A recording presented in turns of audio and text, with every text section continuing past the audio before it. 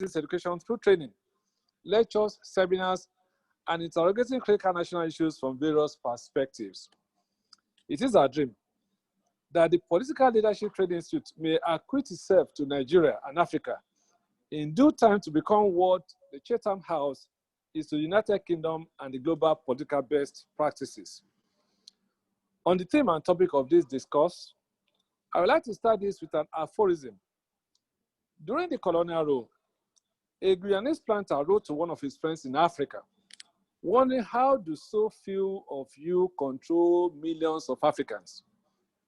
This question was understandable because there were fewer than 200 whites who first arrived as colonialists, and this number superintended over the affairs of millions of Africans. The French tax reply was contained in just a single sentence, because we keep them divided. Across the spectrum of our national discourse today, the fragility of our nation who holds sway all around us, we're often awakened to the consciousness of our division as a country and the plurality of our central background, while the collective aspiration and development of our country suffer at great length. Some have attributed this ideological belief to colonial design and the structural deficiency during our formative years, while to others, it is simply the insincerity and suspicion between kinsmen. Irrespective of the design or psychological causes, our nation suffers greatly for them. Policies, public works, developmental strategies are now being formulated only within the prism of ethnic coloration and regional differences, rather than the homogeneous system devised by most developed countries. In the next 2 weeks, our great nation will be marking its 68th anniversary as an independent nation from British colonial rule. We have weathered the storm. We have proved critics and pessimists wrong, moving from near collapse to one of a vibrant social existence. We have shown demonstrable resolve, like a cat with 9 lives, to coexist as an indivisible country. All it requires is a dynamic leadership which can harness our vast potentials. I need not re-emphasize that there are abundant specialities in manpower, population in terms of market size, industrial and agricultural capacity, which remain untapped and which we must make very conscious efforts to harness. It is in the light of this that the Political Leadership Institute, also known as the Academy or POLA, an institute as part of its objectives to imbibe and inspire young Nigerians in nationhood and development, has organized this national discourse on understanding contemporary Nigeria, with a focus on what unites us. The academics, leaders, and speakers of note have been drawn across the various fields relating to national development, public service, economy, and leadership. I hope to join you the rich discussion and give prompt on how the unity of our nation can be further strengthened. Your Excellencies, very distinguished personalities, our panelists, you are welcome to this national discourse. Thank you very much.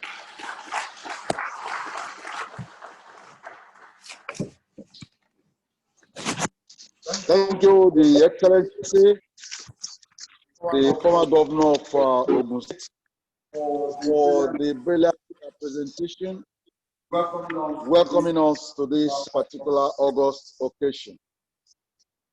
I am going to be inviting panelists to start first with the guest speaker and the keynote address presenter, who in the person of a distinguished, meritorious Nigerian, a physician, a doctor of medicine, a master's degree holder, and a PhD in nuclear chemistry, an accomplished medical doctor, and also a personality with a pedigree, passing understanding.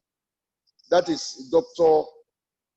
Abdul Tafawa Balewa, who for some time was the director of a number of companies that include the African International Medical Services United, the President Food Security Initiatives, Allied Farmers Associations of Nigeria, a team leader among the medical personalities, and more importantly, the president of YANOS, or Medical Associates in the United States. Dr. Tafawa Balewa is also an accomplished researcher in infectious diseases, peaceful uses of the nuclear technology, and plethora of pure sciences, and doubles as a proposal writer and always a distinguished teacher. Dr. Balewa has been honored with several honors and awards of excellence. Among each is the Sigma XI in 1979 Science Honor, Society of Mention of American Outstanding Leadership Award, as well as the United Nations and Youth Association University of Ibadan. Honors as the Chinese Business Community in Nigeria, the Federal Ministry of Commerce and Industry. The Skill magazine also counted him very worthy as an ambassador of peace. Distinguished ladies and gentlemen, panelists, members of the audience, both locally and internationally, permit me to welcome the distinguished keynote address and the speaker, Dr. Abdul Tafawa Balewa. Dr. Balewa, you have the floor.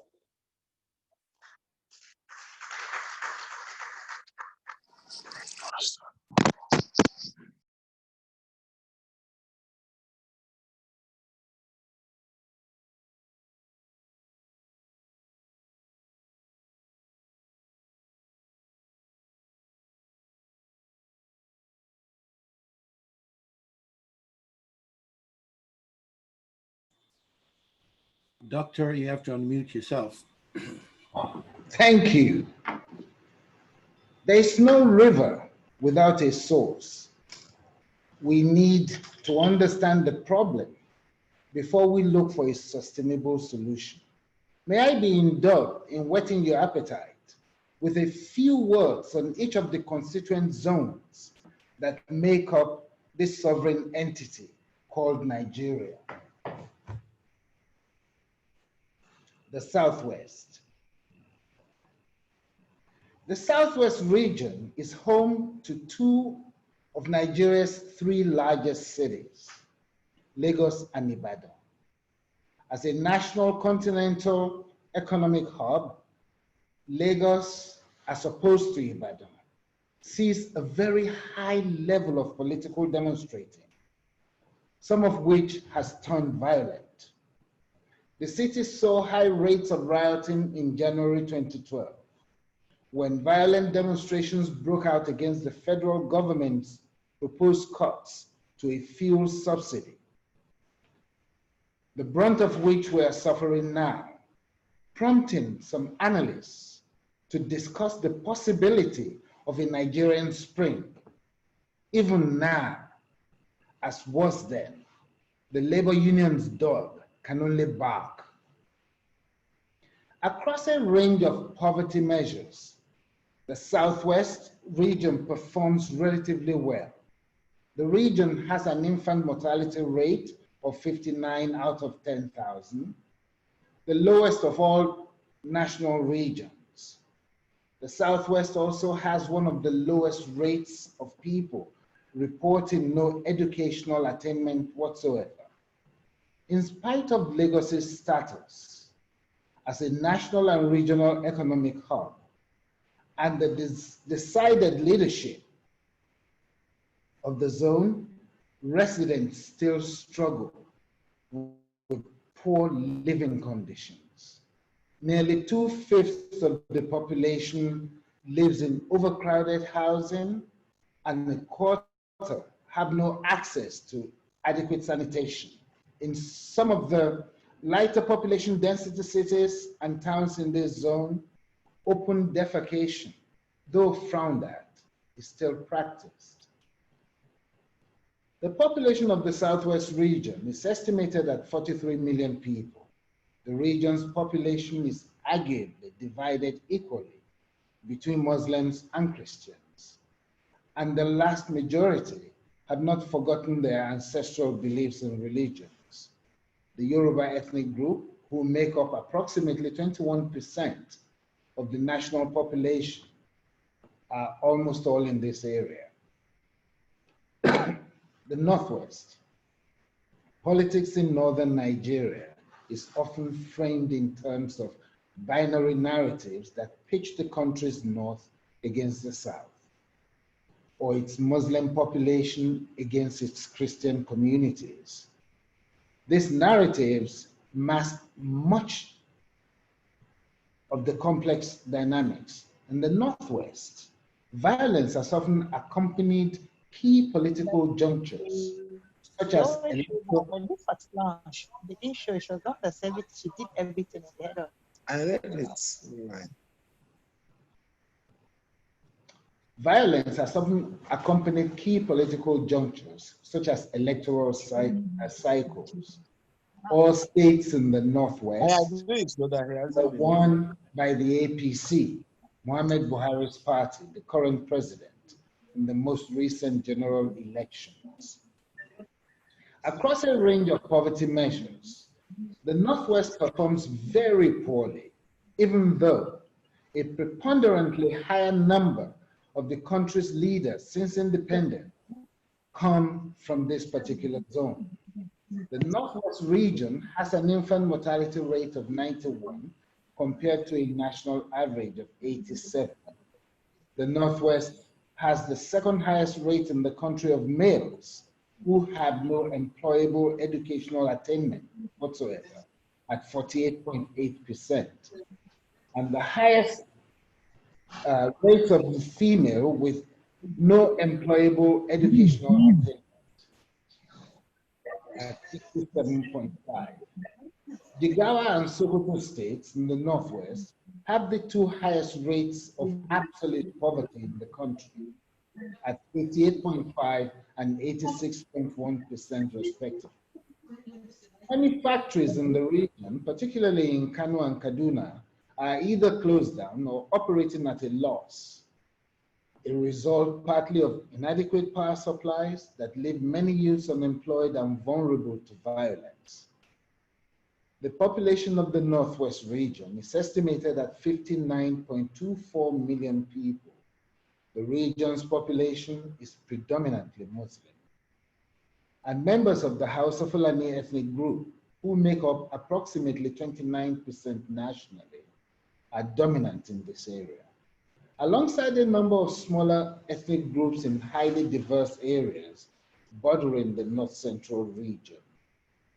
The city of Kano in the Northwest is Nigeria's debatably second or third city by population, following Lagos and or Ibadan, and a commercial hub and historical cultural center in the wider northern region.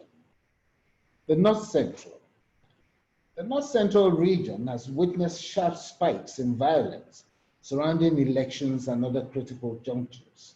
The federal government has in recent years declared states of emergency in parts of the North Central region in response to high levels of armed violence there.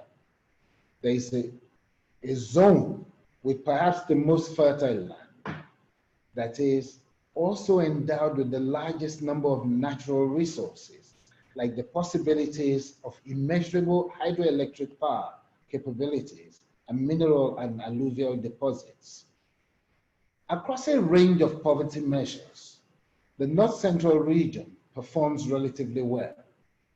There's a marked disparity in state reporting data, with over 60% of respondents reporting no employable educational attainment whatsoever. In Niger, for instance, compared to 34% in Benue. The population of the North Central, excluding the FCT, is estimated at 22 million. The region's population is predominantly Christian with sizable Muslim communities. The region is extremely ethnically diverse, with significant concentrations of members of the Hausa Fulani ethnic group, the Nupe, and other smaller ethnic groups, alongside a number of high diversity. Conflict in the North Central region is often categorized as religious violence, but regional identities, ethnicity, indigeneity, and settlements, especially in the Benue Valley with the Jukuns and Tabes, access to land and livelihoods all overlap with religious identities to produce a volatile conflict profile. These tensions are exacerbated through institutional and legal frameworks that have historically entrenched community and ethnic divisions, as well as the politicization of intergroup rivalry and fear. Northeast. This is the zone of the first and only Prime Minister and de facto head of the Nigerian Federation and the Federal Republic of Nigeria immediately after independence.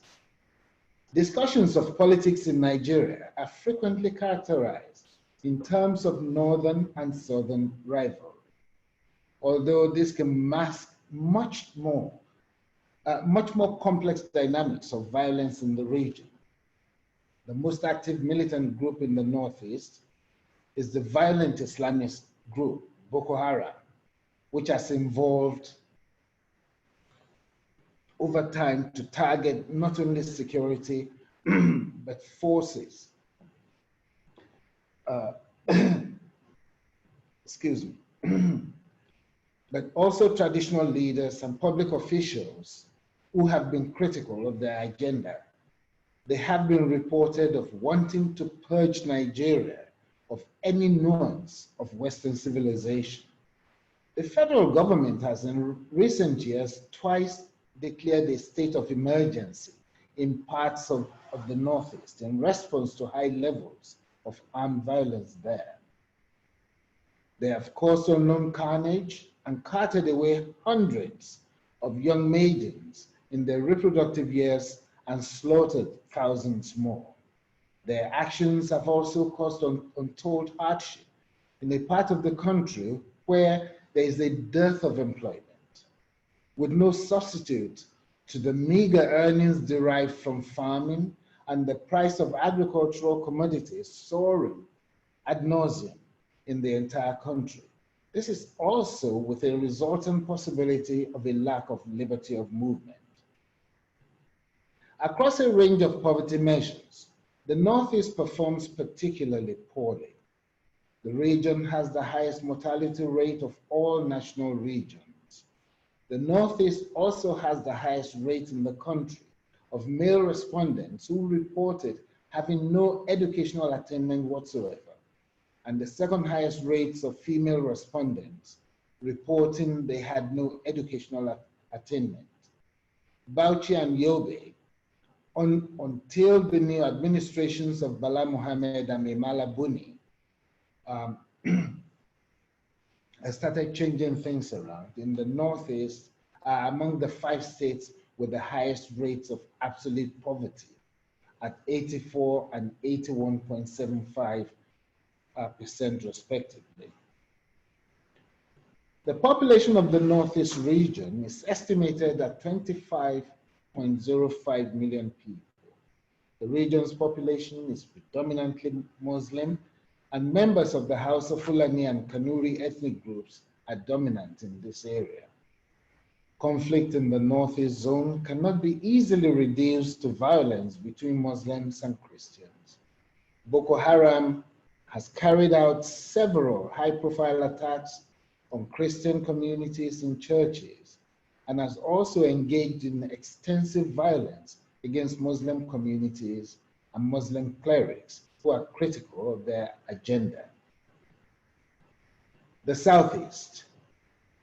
As elsewhere in Nigeria, politics and armed violence have been closely interlinked in the Southeast zone.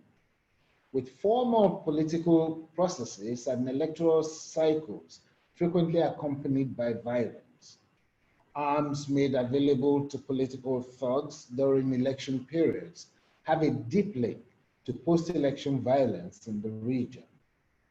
It is relatively rare to have specific violence during voter registrations and even during elections in the Southeast. Rather, it is the anger of being disenfranchised and the arming of thugs as a whole that fuels armed violence in the region. This is by far the richest zone in the nation. It boasts of more billionaires per capita than any other zone, yet across a range of poverty measures, the Southeast performs relatively poorly. The Southeast zone has an infant mortality rate of 95, the second highest, following the Northeast of all national zones. The zone, however, has a relatively low number reporting they had no education whatsoever. This aggregate regional rates obscure considerable variations in poverty levels within the zone.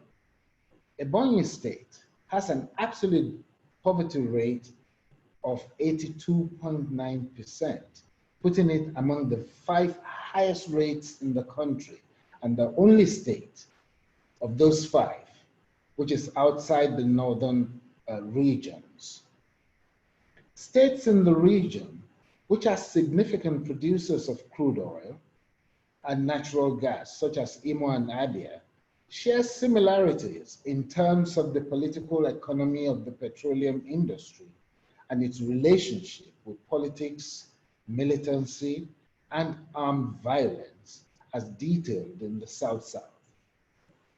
The Southeast also has the least numbers of publicly quoted companies in Nigeria, though it is the proud zone of the only indigenous car manufacturer in the nation, Innocent Motors. Overall, the Southeast economy is more informal and employs less graduates than other regions. The population of the Southeast zone is estimated at 21.96 million, even though a significant number of the indigents of this zone are well scattered all over the nation. The region's population is predominantly Christian, and members of the Igbo ethnic group, at almost 22 million people, make up approximately 11% of the national population, are concentrated in this area. Demographically, the youth make up a moderate to high share of the overall population in the Southeast, making up over 20% of the population and largely uninformed of the repercussions of the only civil war we ever had, the Nigeria-Biafra War. They are agitating for a split of Nigeria once more. The South-South. Economics, politics, and armed violence are often closely interlinked in the region. With political elites buffered by proceeds from oil revenue, governance in the region is weak and often unaccountable, subsequently making limited progress addressing underlying drivers of conflict in the region. The large urban center of Port Harcourt, capital of Rivers State, witnesses high levels of political protesting and demonstrating, some of which have turned violent. The bold step of the amnesty program established by the late President Umaru Yar'Adua and faithfully nurtured by President Goodluck Jonathan had put some balm on the source of militancy that was so rife in the 2000s. There were also ongoing violence in the state gubernatorial elections as heated debates during campaigning usually spill over into bloodshed. Across a range of poverty measures, the South-South performs relatively well. The region has an infant mortality rate of 84, and relatively low rates of respondents reporting they have no employable educational attainment whatsoever. These figures likely mask patterns of uneven development in spite of vast amounts of resource wealth in this region. The region suffers from environmental accidents which have contributed to undermining traditional agriculture, fishing, and livelihood strategies on which communities outside the petroleum sector rely. Oil bunkering, the theft of oil which is processed at illegal refineries and sold on the parallel market, is a massive problem in the region. The practice poses risks to local community livelihoods through spillages and fires, and to regional stability as a share of proceeds are funneled into armed groups and the purchase of weapons. The population of the South-South region is estimated at 28.83 million people. The region's population is predominantly Christian and ethnically is very diverse, with concentrations of Ijaw, Igbo, and Ibibio, Ekwere, Kalabari, Shekiri, Efik, alongside several smaller ethnic groups such as Urobos and the Edo. This diversity has been a prominent issue along which violent competition and disputes over resources, land, economic and political power have occurred. An additional potential source of tension is the high proportion of young people in the population. For an instance, the share of population between the ages of 15 to 24 exceeds 20% in Akwa Ibom, Rivers, and Cross River states. The FCT. The Federal Capital Territory is the political capital of Nigeria, located in the country's north-central region. Politics and armed violence are closely intertwined in the territory. Spikes in violence have been closely linked to electoral cycles in 1999, 2003, 2011. In common with other urban areas, FCT witnesses a high rate of political demonstrations, some of which lead to violence and wider unrest. Standard proxy indicators, which highlight dimensions of poverty, typically include maternal health, education, and illiteracy. Across a range of these measures, the FCT region performs relatively well, since it is really inhabited by people from other parts of Nigeria. Approximately 45.5% of the population live in absolute poverty, compared to a national average of 69% and an average urban rate of 52%. The territory also performs relatively well across other indicators of poverty. For example, the FCT has some of the lowest rates nationally of respondents reporting they have no educational attainment whatsoever. These aggregate rates, however, likely mask sharp discrepancies in the living conditions of wealthy inhabitants and those residing in overcrowded settlements. The 2006 National Census records the Federal Capital Territory as covering an area of 7,754 square kilometers with a population of 6 million and a population density as high as 206 people per square kilometer. The region's population is predominantly mixed. The territory is highly ethnically diverse, with no single large ethnic grouping dominant in the area. Despite it being the political capital, one key demographic characteristic of the FCT is that over 60% still live in the rural areas across the 6 area councils. high land values within the municipal council have caused people to commute from other parts of the territory. Also, some government agencies have relocated outside the municipal area, suggesting that over time, the primacy of the municipal area will diminish. This, in a very short morsel, is Nigeria. The United States of America, whose capitalist democracy we're aping, has at least one person from all the ethnicities under the sun living in a near harmony within its boundaries. We need to examine what is it that we're not doing well enough. Let's take a look at our beginnings, the amalgamation. There were 6 quote-unquote Nigerians at the signing. Sir Kitoye Ajasa, a lawyer representing the African community in Lagos and a legislative member of the council in Lagos, His Highness Oladigbolu, the Alaafin of Oyo, Honorable Henshaw, the Obong of Calabar, Honorable Meturare, Sarki Musulumi and Sultan of Sokoto, Honorable Abubakar, Shehu of Borno, and Honorable Usman, the Emir of Kano. If we look at all these eminent rulers, apart from the lawyer, they're all monarchs. But what we know today is that the Igbos have a republican culture and not a monarchical one, like the rest of Nigeria. Our colonialists have only known monarchical structures and are familiar with the trickle-down scalariform patterns of subjugation.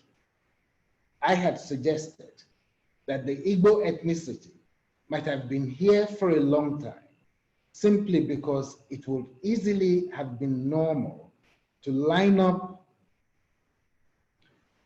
with the monarchical ones easily. Hence, the monarchical colonies will not see a value to their can-do attitude, and definitely differently. Hence, the lack of invitation at the signing. I am not an apologist. I'm just providing a point of view. There is not one zone from what I went over earlier that you cannot qualify with misery, despair, and penury. If we are not being manipulated with ethnicity, it is religion.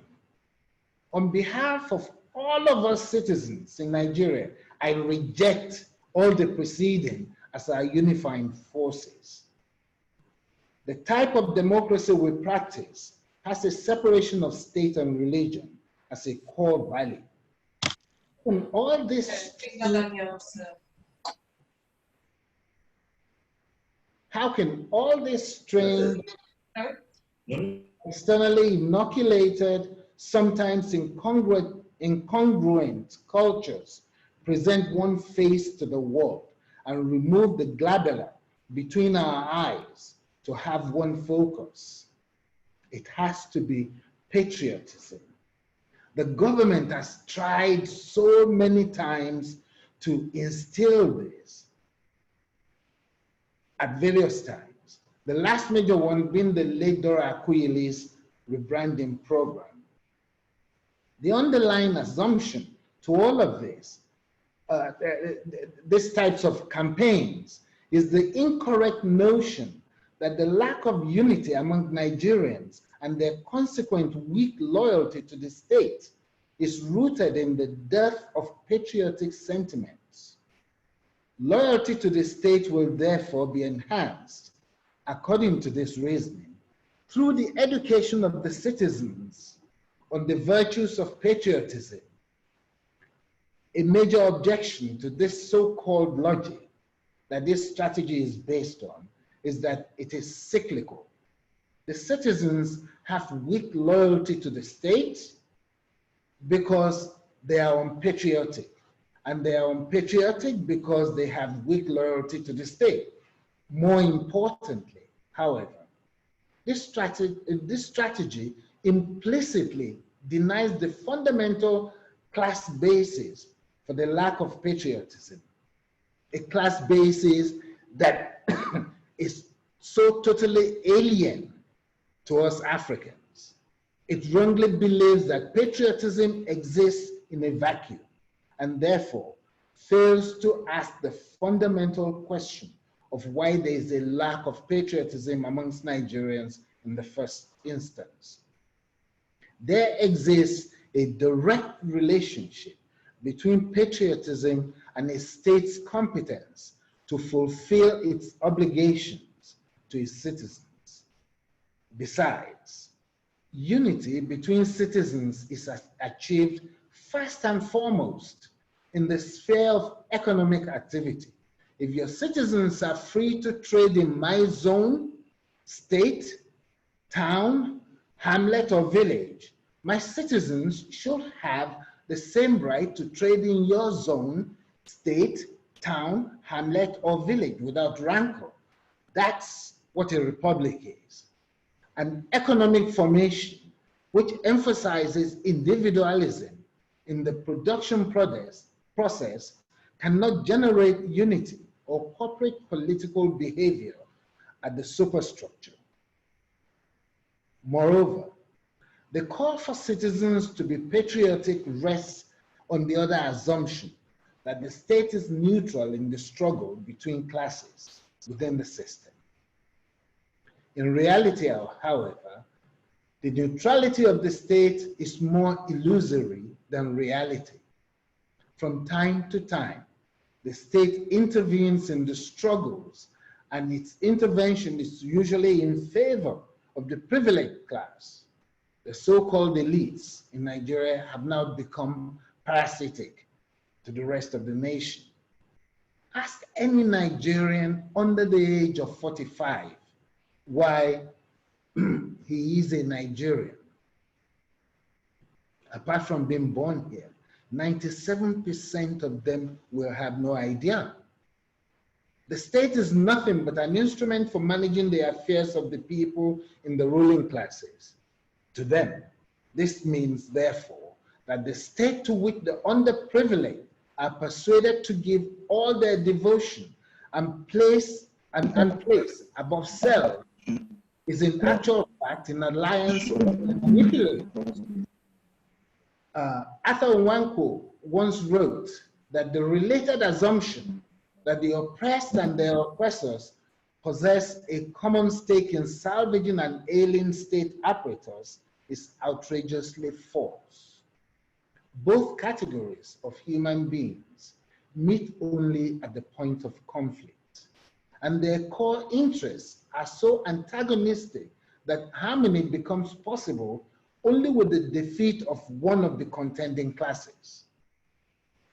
The demarcation is clear, because while the interests of the privileged class hinge on the maintenance of law and order, the extortion of deference and admiration from the oppressed, the security of their tenure, and the containment of all pressures from below, while the oppressed class is primarily interested in improving its material and squalid conditions, in fighting unbridled domination and the arrogance of power, and sometimes in a morbid desire to take the place of the oppressor.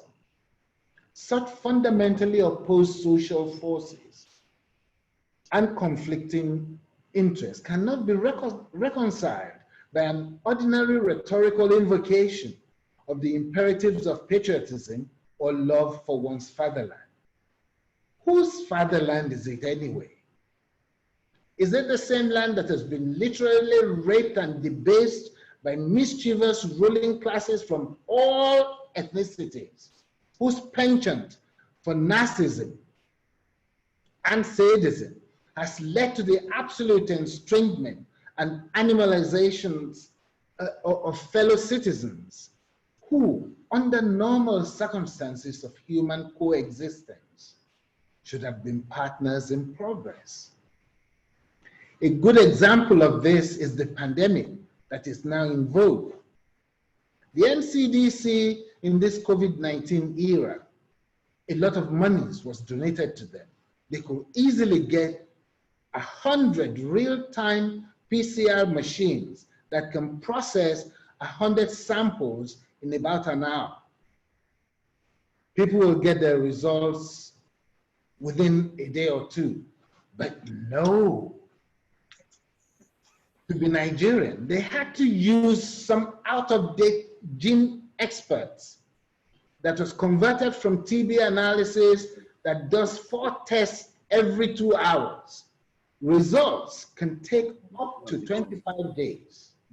And very little tracing is done, if any. What is the money being used for? Yet they're on TV day and night.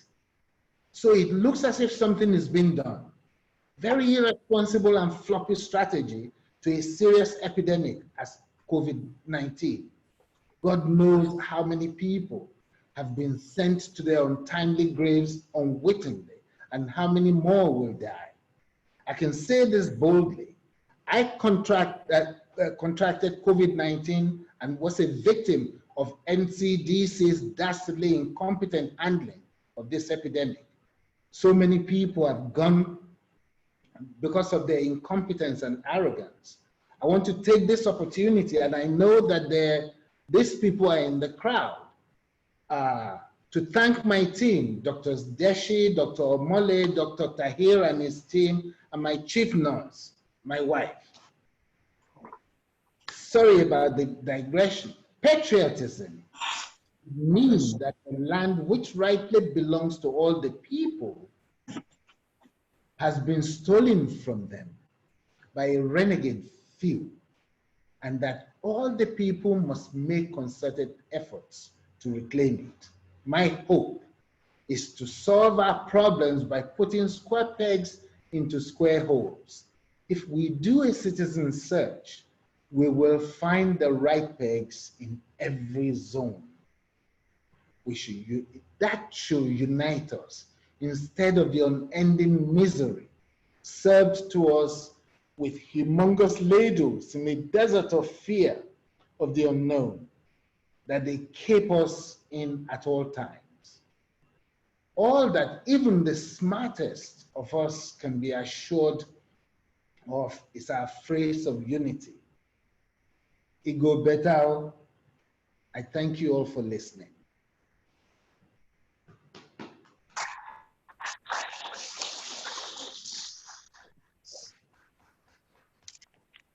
Thank you most immensely, Dr.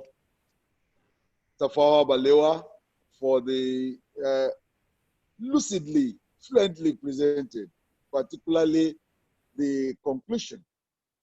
He has looked from the classical and non-classical approach of the construct of development perspective, dissecting regional and sectional analysis up to the resource endowment and into the competency, looking at patriotism and state competency argument, and considering the education, class consciousness and struggle for the development of the country.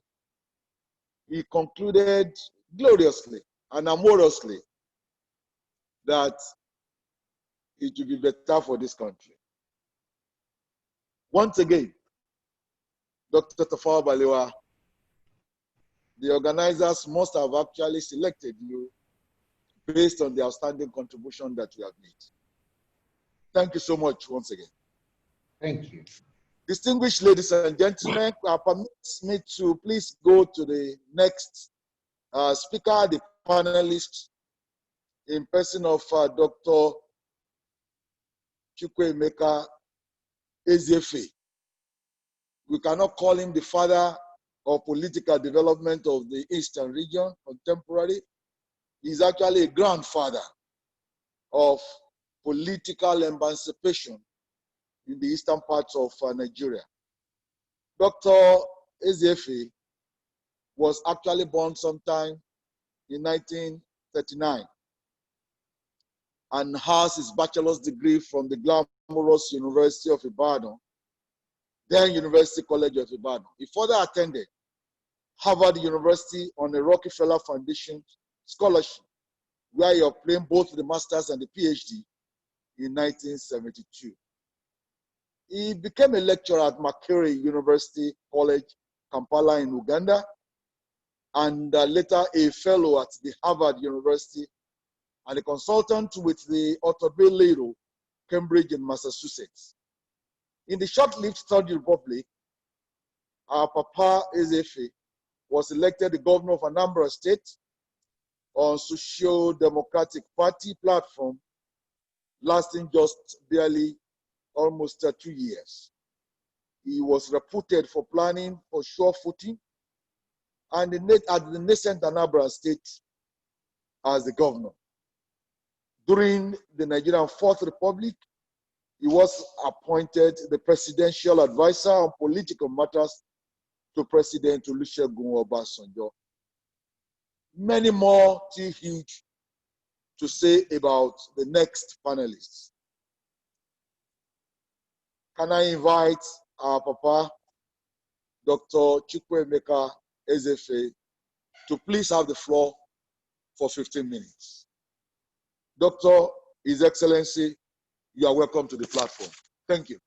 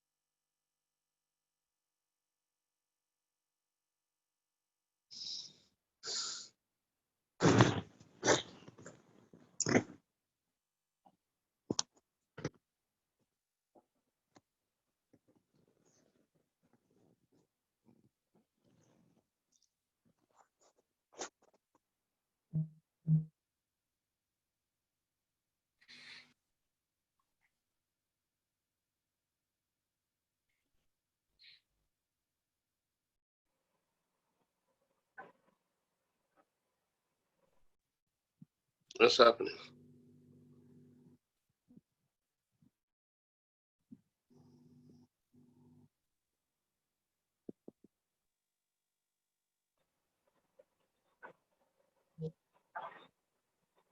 Hello?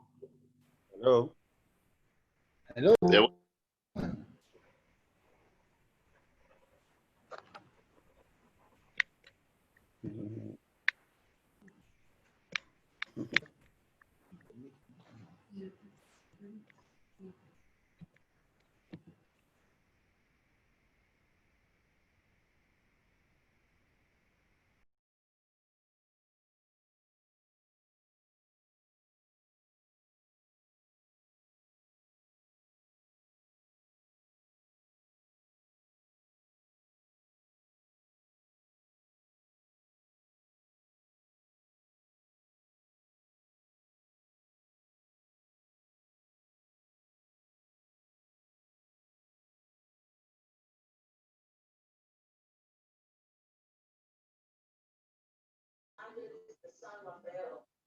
Hello?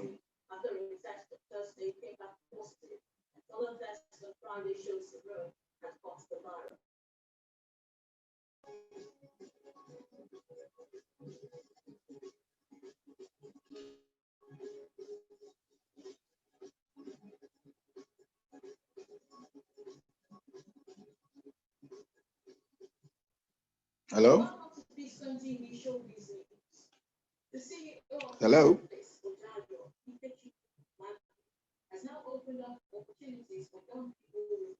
Hello?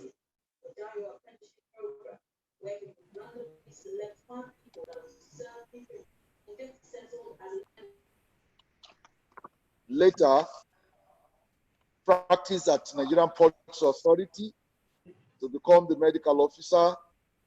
He further moved to Clinton Clinics Group as a medical officer. Her Excellency Dr. Mrs. Tokunbo Odusumu was appointed as Nigerian ambassador to the Netherlands in 1979 and became a member of the International Committee of the Council Foundation in 1995. She holds numerous national and international awards, too much to be mentioned. Permit me to welcome Her Excellency Dr. Mrs. Tokunbo Awolowo Odusumu to join us in this particular dialogue. Your Excellency, ma, you have the floor. Well, thank you very much. I greet everyone on this platform, particularly His Excellency Otunba Gbenga Daniel, who has invited us all to discuss this very important issue. And I thank the keynote speaker for a brilliant exposition. I did tell His Excellency Otunba Gbenga Daniel that I would approach this issue from a different angle. And I'm actually very pleased that the angle that I chose is the one that the keynote speaker ended on. If I heard him correctly, he was not able to enumerate many issues that unite us, but he did talk about issues that should unite us. So that's what I would like to speak about. My take on the topic of today is that the ultimate aim of any interrogation of this kind is to attempt to build a nation, to build a stable community of people, to weld disparate groups of people together in a democratic and inclusive way. The opportunity to do that in Nigeria, I'm afraid, is fast receding, because as we will all agree, the voices of disintegration are getting more and more shrill and about to drown out all other voices. So what does unite us at this moment, beyond being in the same geographical area? Well, we're united in our anxiety about the future of governance, the structures, the forms of government. We're anxious about the future of our economy. We're anxious about where our development goals. Do we even have any development goals? And of course, being very cynical, the elites are united in privilege and the plebeians are united in poverty. None of this gives us any hope for the future. So what we should do is to try and look at what should actually unite us. Any nation requires a consensus about where do we want to go. Without a consensus, we can't even begin. In the First Republic, our founding fathers did have consensus of sorts. They were united in their zeal to serve the people. And when occasion arose, they forged a common front in order to serve their people better. Am I being heard? Can you still hear me? Very well. Yes, you are being heard. Can hear you. It just felt so lonely out here. Yes. Okay.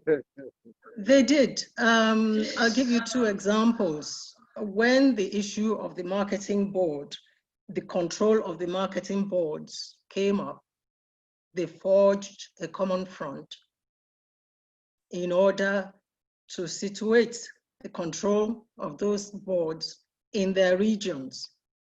And as a result, a lot of money came into their coffers with which they were able to prosecute their development plans. The other example is when the issue of electricity generation came up. At the time, it was only the federal government that could do it. But they all forged a common front and they got their way and were able to generate electricity at the regional level. And of course, the most important, they had a consensus about the kind of structure of governance that was suitable for a multi-ethnic, multicultural country like Nigeria. It was a consensus that federalism was the best. Somehow, along the way, we have lost our way. And I believe that is what we should be interrogating now. What do we need to do? I mentioned briefly about a consensus on governance, on good governance. We need to have a consensus about what kind of leaders do we need in this country? What kind of governance do we need? If we use the South Korean example, they followed the Confucian philosophy that the best kind of governance is the one that stresses the responsibilities of the ruler to the subjects. And of course, even though we don't have Confucius in Nigeria, we did have Awu. And he said, and I quote, "The aim of a good government is the welfare of the entire people under its jurisdiction. The duty of a good government is clear. Investing it with authority, the populace have acted jointly and as equals. It is not open to the government to prefer the members of its own hierarchy in the provision of amenities." So that is one. We need to agree. Mr. Lee Kuan Yew said that the electorate also has a responsibility in this regard, that if you believe that no matter what you do, you will get good governance, then you're likely to lose everything. He went further to say that government can only give expression to the will of the people, but the people have to have that will, first of all. So good governance is very, very important. Professor Kishore, I think he's from Singapore also. He was born poor, He was very poor. He was malnourished when he started school, but today he's a world-class academic, and he's been at the head of the Security Council in the United Nations and all that. And I'm sure many of you have seen the video. And he said the secret of the success of Singapore was the acronym MPH. M stands for meritocracy. In other words, you only look for the best for every position in government or in public life. Okay. For example, Mr. Lee Kuan Yew was the best in his class in Cambridge University.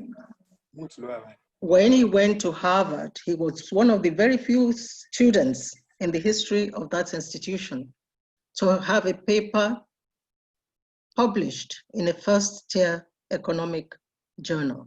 So he was the best of the best. So meritocracy comes first. The P stands for pragmatism. In other words, as he said, whether a cat is white or it is black, as long as it catches mice, it is a good cat. So don't box yourself into any ism. Do whatever is best for your country at any given moment. And then the H, of course, is honesty.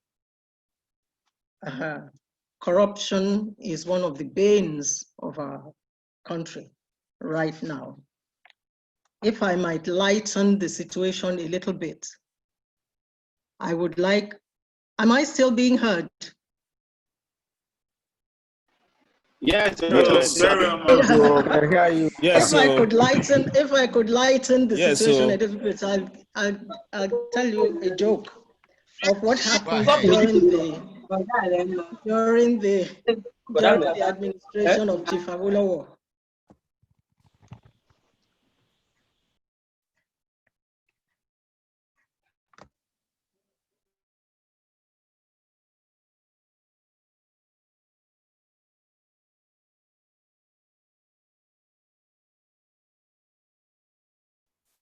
Yes. Am I being heard now? Very well. Yes. Yes. Okay. Yes, so I just want to lighten the situation a little bit. So they gave a contract to a contractor, and he then decided to take a sum of £50,000 to the Minister of Works, who was then Chief Ogedengbe from Ikare.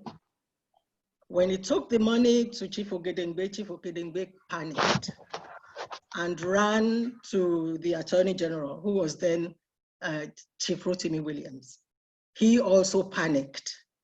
And the two of them decided that there was nothing else for it but to go to the Premier.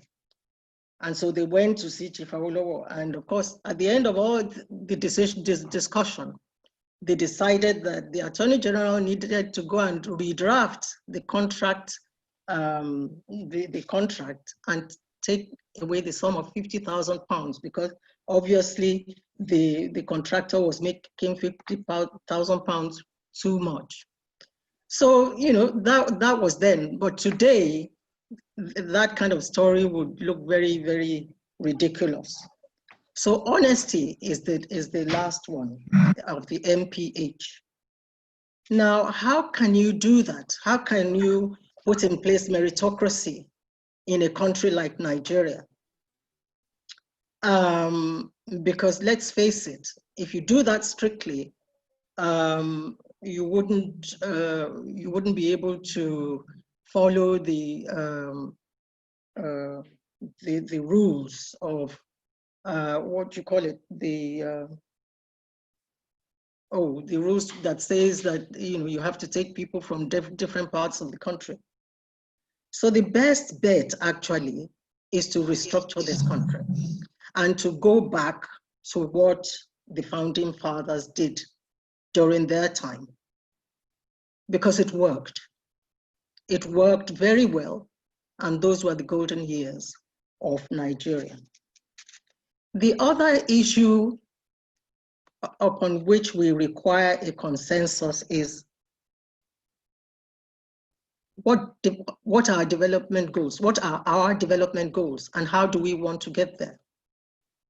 What is the role of education in getting to our goal? By 2016, we ranked 152nd among 185 countries in human development parameters. That is not good enough. And a country like South Korea, which was behind Nigeria in 1960 or 1961, is way ahead of us right now. And what did they do? They invested in education.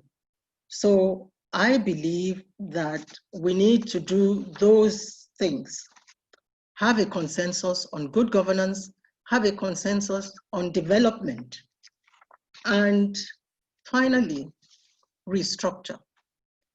There are still voices of moderation in Nigeria right now. I was very pleased to read the letter that Alhaji Ahmed Joda, the open letter he wrote to the Minister of Education,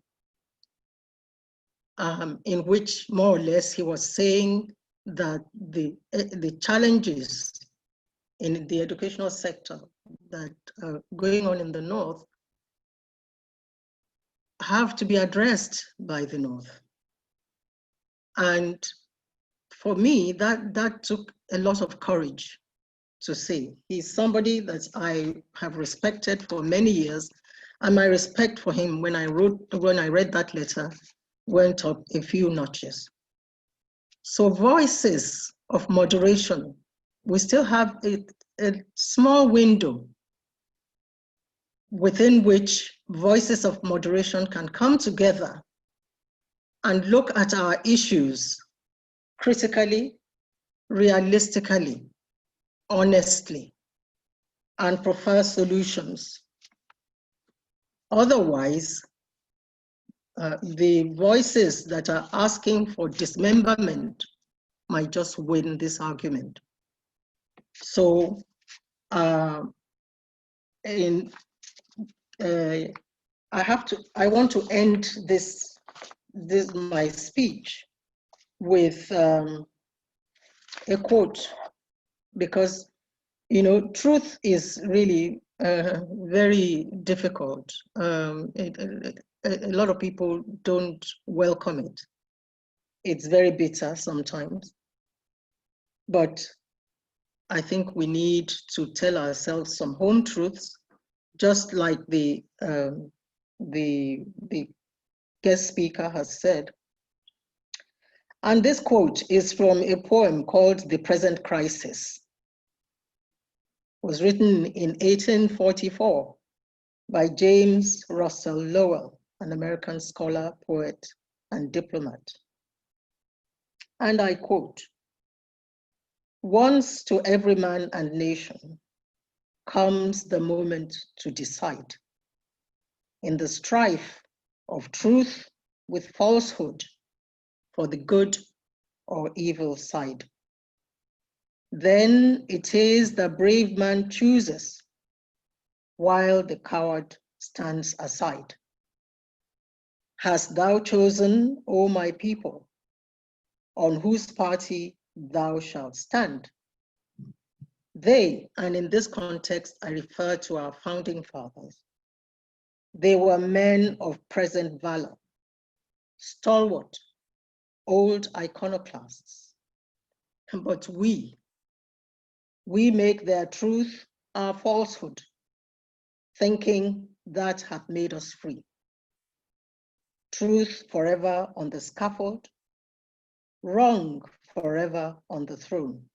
Yet that scaffold sways the future, and behind the dim unknown standeth God within the shadow, keeping watch above his own. May the truth prevail in our country, and may our best future not be behind us. Thank you very much. Amen.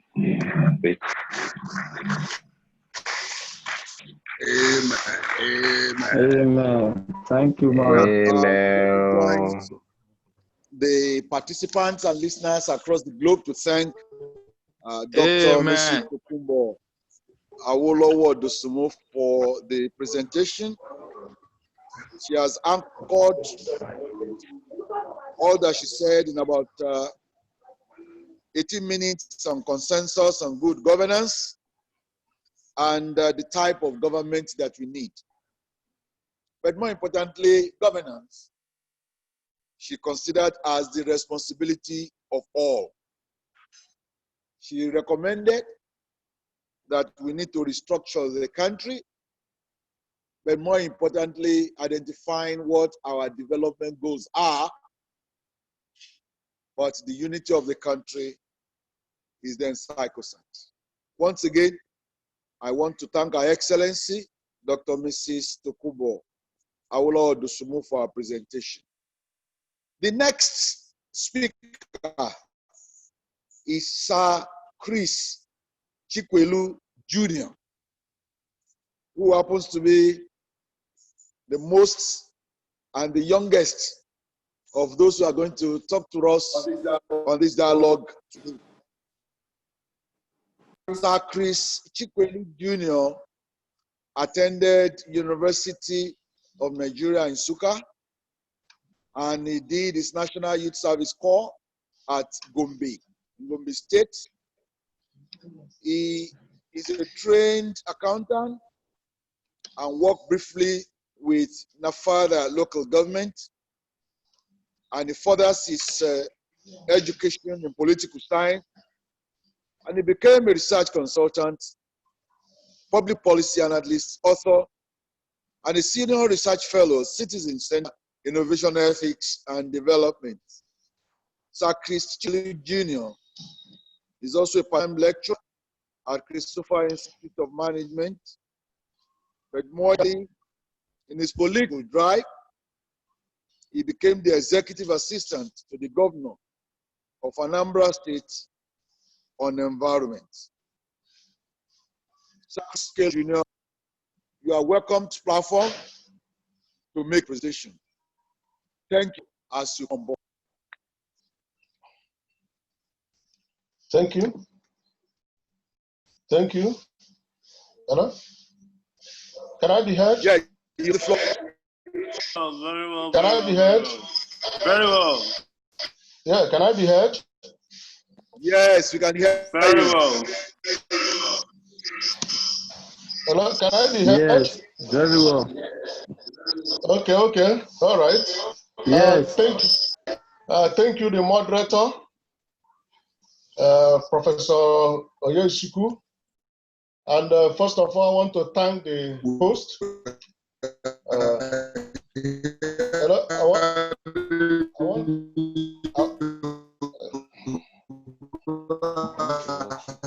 Are we putting it together?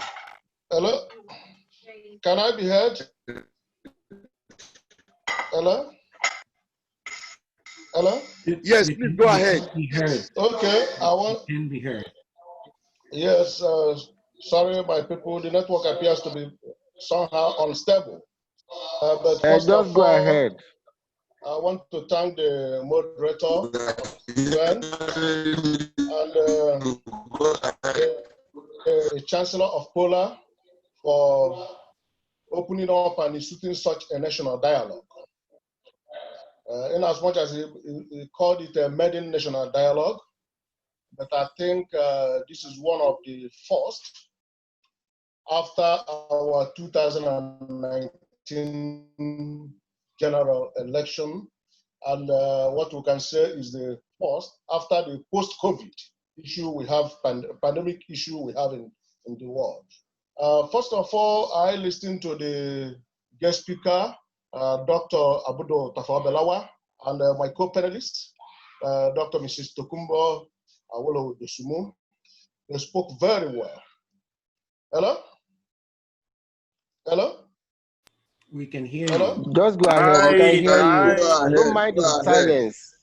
Don't mind the silence. Just go ahead. We are with you. Yes. Am I being heard? Yes, we are hearing you loud and clear. Hello? Hello? Just give your The network presentation. seems to be You're being acting. heard. Hello? You are being heard. Yes, Hello? please. We can hear you. We can hear you very Am I clearly. being heard? Hello, moderator. We can hear Hello, you. Please just moderator. go ahead. We can hear you very well. We Go can ahead. hear you. Hello? Hello, moderator. Am I being heard? Yes, we can hear you. Okay. All right. So I want to thank them for initiating this project. First of all, I want to differ on the area where the guest speaker made his presentation, and at the same time align my presentation with the last speaker.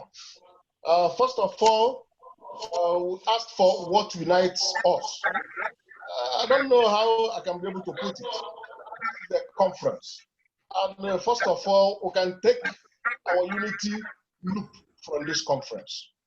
We are people from the northern part of the country, people from the western part of the country, and people from the eastern part of the country have come together to start the national dialogue. First of all, I want to look at the issue because we don't need to divorce divinity apart from whatever we're doing. In Nigeria here, one thing that is divine is uniting every one of us, and that is God. Let me start from there. And because if you meet every Nigerian, no Nigerian has ever told you that there is no God. Of course, the power of divinity united every one of us. And that's one thing, because whatever you refer it, if it's a Muslim, a Christian, or African traditional worshiper, they believe, we all believe that one God, and we all believe in God.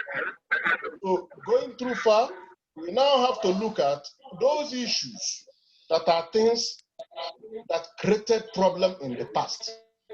How do we treat them? How do we go into them and make sure that they do not repeat itself? Drawing my example from the issue of people who fought for independence. When you go through, when the guest speaker was speaking, he made mention of Northeast, Northwest. There's no part of the country where if you go today, those who fought for independence were the amalgams of people from the 6 geopolitical zones we have in this country today. Go to the Northeast, they talk about Balawa. You go to the Northwest, they talk about Ahmadu Bello. You go to the North Central, they talk about J.S. Taka. You come to the Southwest, Awolowo. You come to the Southeast, Right Honorable Dr. Nanda Azikiwe. You come to the South, Anthony Nahal. All of them came together and fought for independence. And it is in unity, in unison, that every one of them aggregated and now move forward that we must get united. In as much as, yes, after the independence, there was a little break of Nigeria-Biafra war. But after the war, now we began. We have to look at those variables. And what are those variables? The national government need to awaken the National Orientation Agency, whose it is their core duty to give Nigerians basic orientation. Because some of the people who were born after the war or born after the independence never knew what happened. And most of them up to today are carrying those grudges of the pre and post-war problems, which either their parents told them or their parents gave them as the things that were created the problem. Let me give an example. The National Youth Service Scheme was introduced, yes, to foster unity amongst people. But the question we need to ask ourselves, are those things fostering the unity today? Ordinarily, some of our youths who go for National Youth Service course, at times, someone might go there or meeting somebody from the north, let's say from the east, goes to youth service at the north, met somebody. At a time when they are now trying to promote what we can call intercultural marriage, the next thing you may hear from the parents of those young people are, why should an Igbo marry a Nupe person? Or why should a Nupe person marry a Kabari person? Yet we are talking that we're the same country. While our parents and our forefathers are still planting that seeds of disunity that existed maybe about 50 or 40 years ago. Then we have to look at areas of, for instance, some of the things that are causing problems in the educational sector. Sometimes people may write common entrance, sometimes people may write JAM. It's true that we know that there are some states that fall within what we call educationally less developed states, where somebody can score something less and get admitted in a school, and someone who scores something high will not still get admitted in a school. All those disparities are things that are the factors that are creating problems in our country, and we have to look at them and resolve them.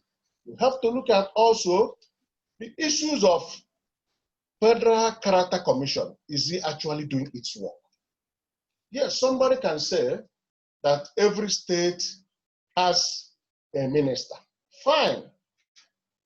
Ministerial positions are not the only thing that people are looking for. There are other numerous appointments all over where people are asking that they need to be given sense of belonging.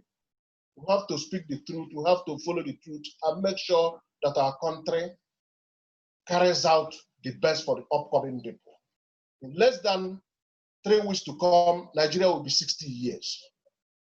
A baby of 60 years is no longer a child.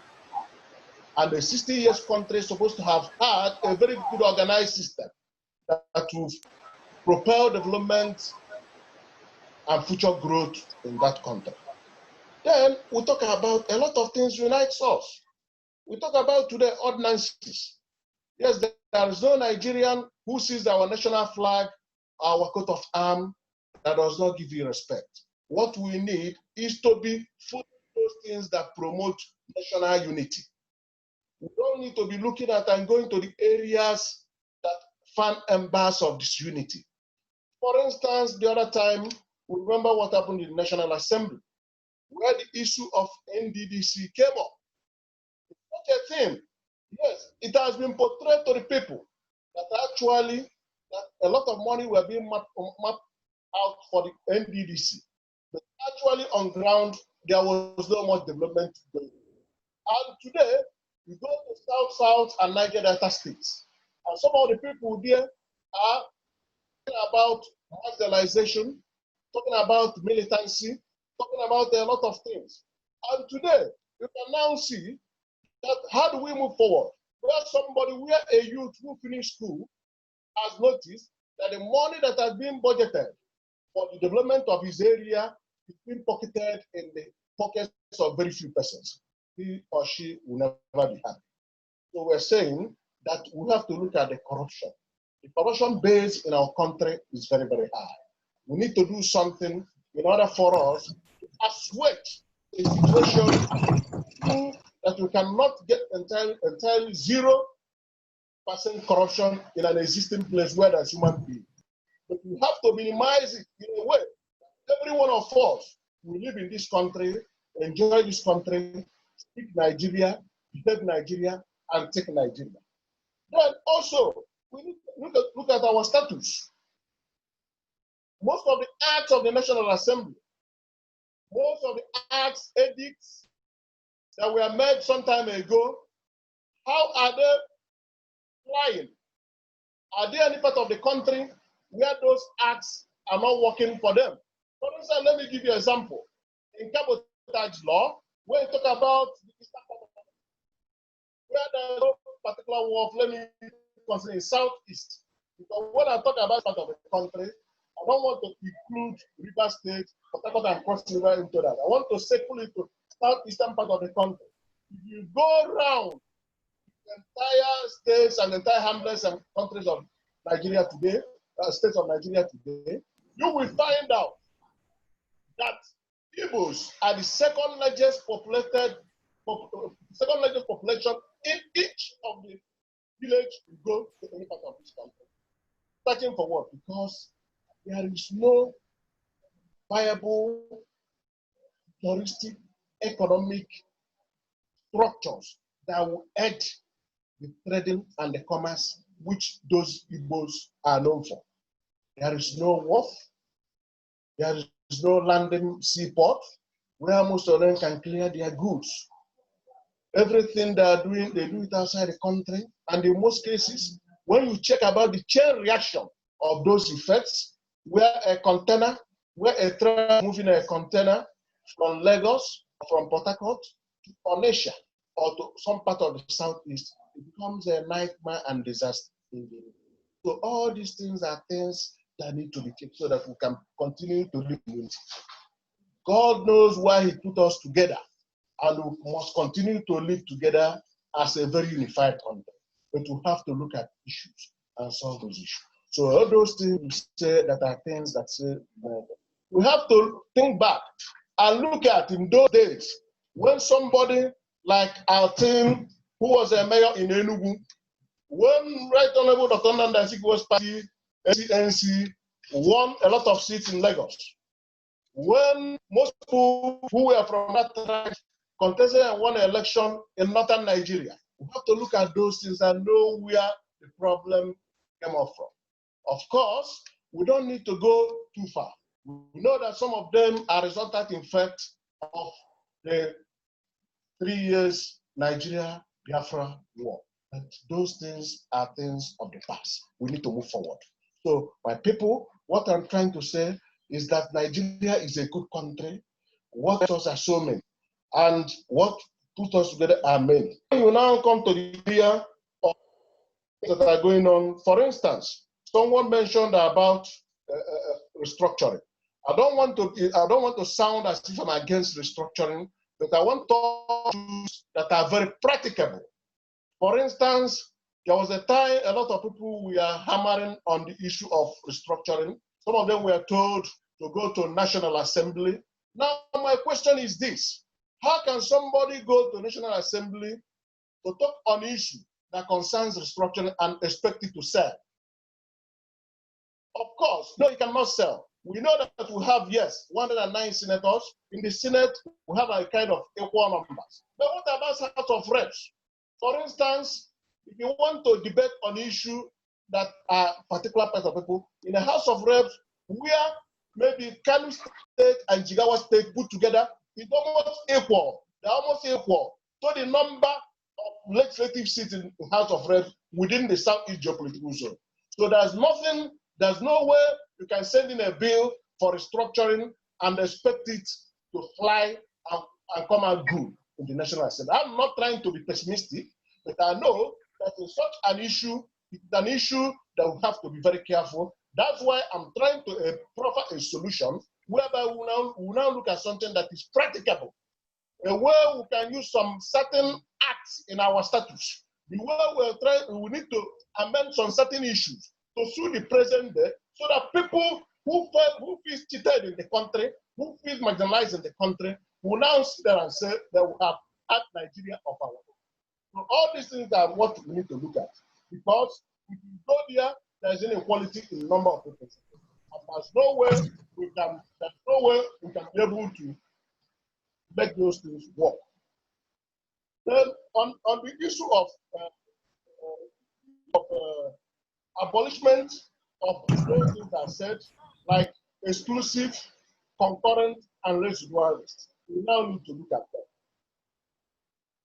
Some of the issues on exclusive lists are things that trigger some of all these upheavals in some of the states. For instance, why people today talk about militancy in Niger Delta? Because an oil which is found and residing in their area are being explored, used, mined, and money have been paid into consolidated account. But some of them actually are not seeing the effects of those things that are being taken from their backyard. So we need to review the issues in our legislative list, concurrent list, and exclusive list, to know the ones we can say, okay, the states and the geopolitical zone will take care of this. The federal will take care of this. The people on the this one will be at the residual list, so that these things will tamp down that uprising that comes up in most of the states. This is the way we are going to do it, I know that all these solutions I'm trying to proffer might not be easy, but if we have a patriotic Nigerians who are so passionate, who want this great country to be good, I think all things will now. Then another thing is that we have to look at the disparity in the area of appointment. Problem when Dr. Fabelawa was speaking, he talked about violence in the Southeast. I want to discountenance that.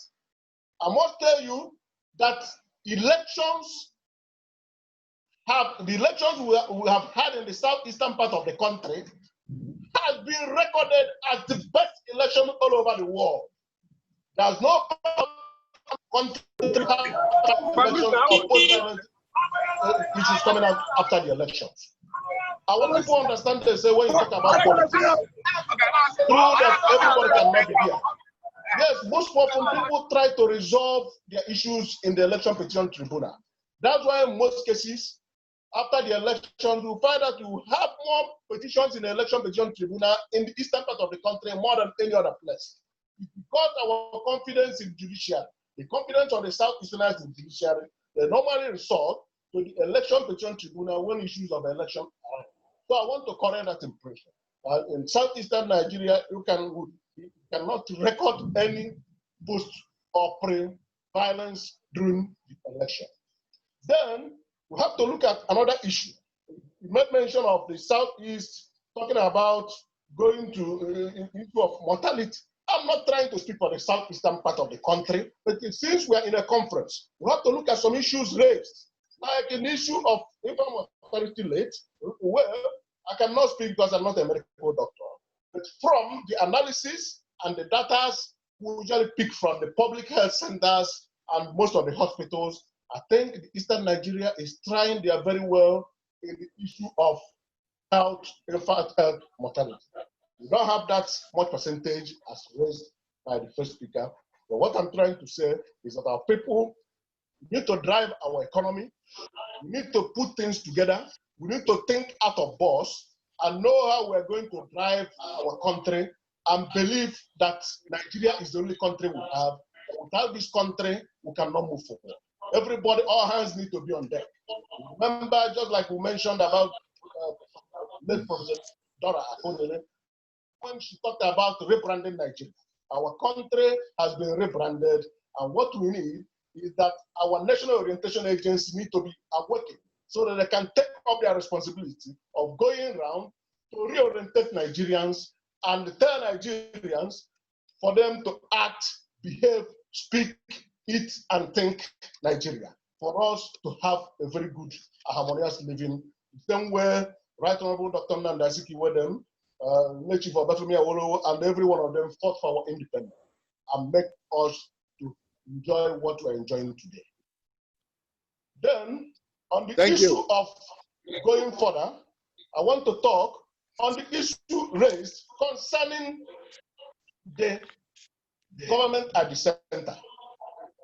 Our people are not interested whether this person is the one heading or this person is not the one. What people are interested is that the appointments are met. Can you summarize? Reflects entire geopolitical zones of the state. For instance, in the implementation of our constitution, Summarize. our constitution needs to be looked into. In as much as the issue of federal character is enshrined, we have to do it in a way that if it can be better for us, we need to review the system, how some things were met. We know that amending constitution is not a very small issue. People, a lot of regions are crying for shortage of a number of states.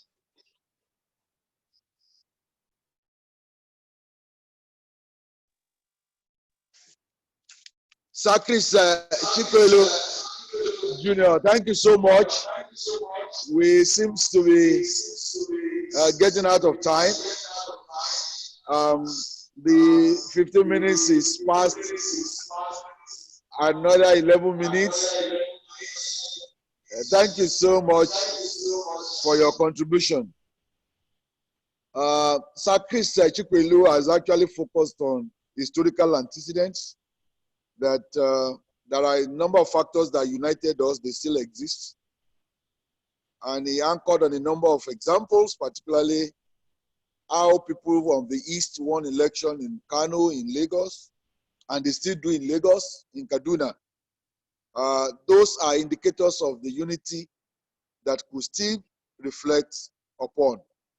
Once again, Sir Chris Chikwelu Jr., we thank you so much. Distinguished ladies and gentlemen, participants across the globe, I'm going to amend the program slightly to allow for Barrister Mukhtar Shehu Shagari, CFR, to please come on board while we await Dr. to please just be on the Dr. Akilu Indabawa to please be on the queue. Dr. Shagari is a top politician and a former deputy governor of Sokoto State and a former minister for water resources under President Olusegun Obasanjo. He attended prestigious Ahmadu Bello University between 1976 and 1979 and bagged his LLB degree. And he proceeded to the Nigerian Law School and make a success of it. Hello? Mr. Shagari had his national youth service in Port Harcourt, the River State, and he worked briefly afterwards in the magistrate court. He went back to the native Sokoto State, and was appointed Sokoto State Attorney General and Commissioner for Justice, after which he set up his private legal practice. He's still in active politics, and he has made good his barrister at law standing, not only in Sokoto State, but in Nigeria while he was the Minister for Water Resources. Barrister Mukhtar Shagari, we invite you to come on the platform for 15 minutes and have your presentation. Can we welcome Barrister Shehu Shagari, CFR.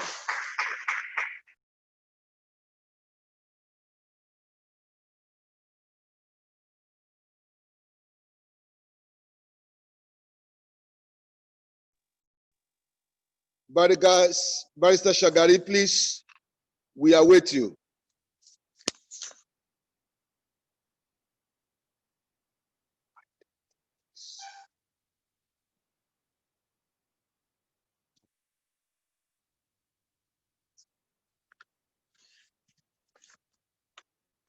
Apologies, please, while we are waiting for Barrister Shagari, can we go to a very prominent Nigerian from Kano State, a distinguished academic of political science, a very stand product of University of Bristol, England, where he had a PhD in political philosophy. Dr. Akilu Indabawa became a lecturer at Bayero University in Kano for almost 1.5 decades, 1984 to 1997. And he later joined the prestigious John Hopkins University, Nigerian office in Lagos for about 5 years, 1997 to 2002.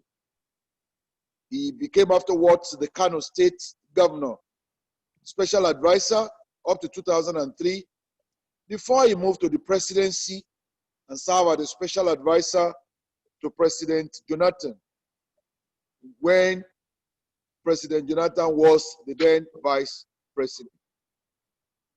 Dr. Akilu then became the advisor to President on political matters between 2007 and 2011. and he also served as the secretary of the Presidential Committee on National Dialogue. A sound academic, political philosopher, also an ardent political driver in the Second Republic as the youth leader of the political party. Grant me the audience to welcome Dr. Akilu Indawawa to the floor. You are welcome, Dr. Akilu. Thank you very much. You're welcome, sir. Thank you very much. You're welcome. I'm trying to connect. I'm having some network challenges here. I don't know if you can hear me. Loud and clear. Thank you so much. Well, first of all, let me thank Otumba Benga Daniel for the invitation and for the initiative to set up POLA. I think for me, this is the kind of voluntary initiatives that we need to move this country forward, especially at this very critical stage of our history. Having said that, I want to congratulate Dr. Jalil Tafawa for a very brilliant submission. Like Her Excellency, Dr. Dusumu, very well articulated. It doesn't seem though that Dr. Jalil had enumerated those things that unite us or those that should unite us, but ended up discussing on those things that should unite us, which is okay. I think for want of time, and because some of us will have to go to the mosque to say our afternoon prayers, first of all, the issue of amalgamation is very important as a foundation to the discussion. Dr. Jalil had hinted and even cited names of those Nigerian leaders, most of them monarchs, who signed the treaty amalgamating the country. But one thing that many people miss in the debate on amalgamation, not only of Nigeria, but the formation of nation states in Africa at the opening years of the 20th century or the late years of the 19th century, has been the political economy dimension. Africa was then incorporated into the world capitalist system. There were requirements and there were necessities, dialectical necessities that should take and must have taken place. I see amalgamation between the North and the South as one of those dialectical necessities that are structurally so, and that there was no way we could have avoided it, because capitalism required total control by the British Central Power. Following the 1884 Berlin Conference, convened by Bismarck, the German Chancellor, to carve for the European powers their areas of influence into effective colonies, the beginning of formal colonization, formal colonialism. Colonialism as an offshoot of the process of integrating Africa into the world capitalist system, therefore necessarily demanded the kind of structures in form of nation states like Nigeria. And Nigeria is not alone. There are many makeshift kind of arrangements all over Africa and the third world that follow that trend, which basically are products of the process of integrating the world, the African nations, African states into the world capitalist system. No wonder, therefore, that amalgamation came into place 3 decades after the Berlin Conference. And for me, this is the foundation.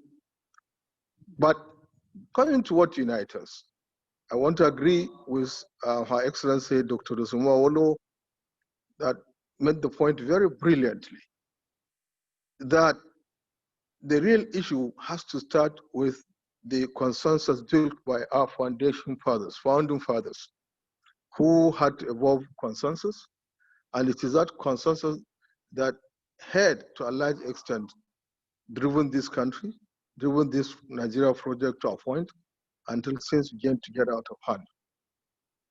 It is that consensus, in my view, that we need to go back to. And that is why processes like this dialogue ended. Another point, I think, is we must accept that we begin from our common humanity. No Nigerian, living or dead, survives on any other thing other than blood and oxygen.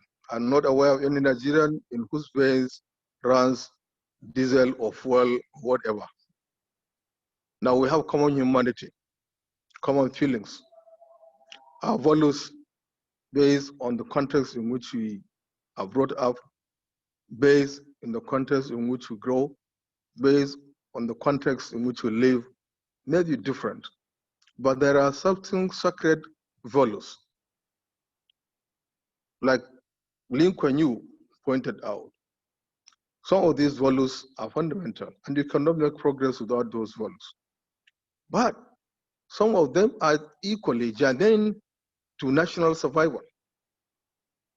Core values, which we're struggling to define in this country without a consensus yet, I think are very crucial and critical. We are united to a large extent by our economic realities.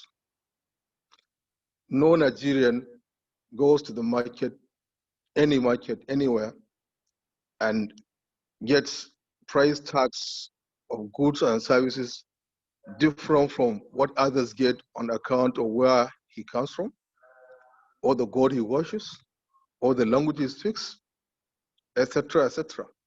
Primordial tendencies do not determine market forces. Market forces control and manipulate primordial tendencies and primordial structures.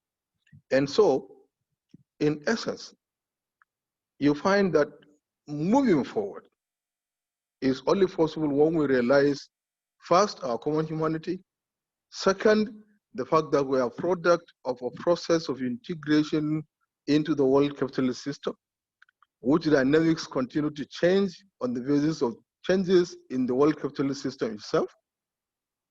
Apartheid, for instance, was functional to comprador dependent capitalist system in the 60s and 70s. By the 1980s, when we started seeing glasnost in Russia, in Soviet Union, and the collapse of the state capitalist system in Eastern Europe, capitalism itself continues to begin to change. As it began to change, it unleashed new changes in politics, culture, sociology, economy, and every other thing. And so, whether you fight apartheid to a standstill or not, the changes structurally in capitalist system necessitated that it was no longer relevant to development of capitalism at that time. And so it had to give way. It is the same thing.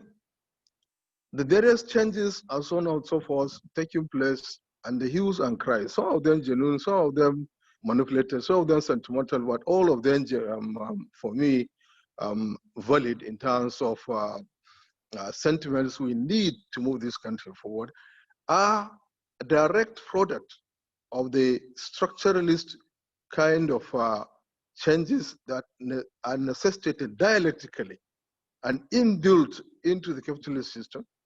And so you find things taking place and shaping up.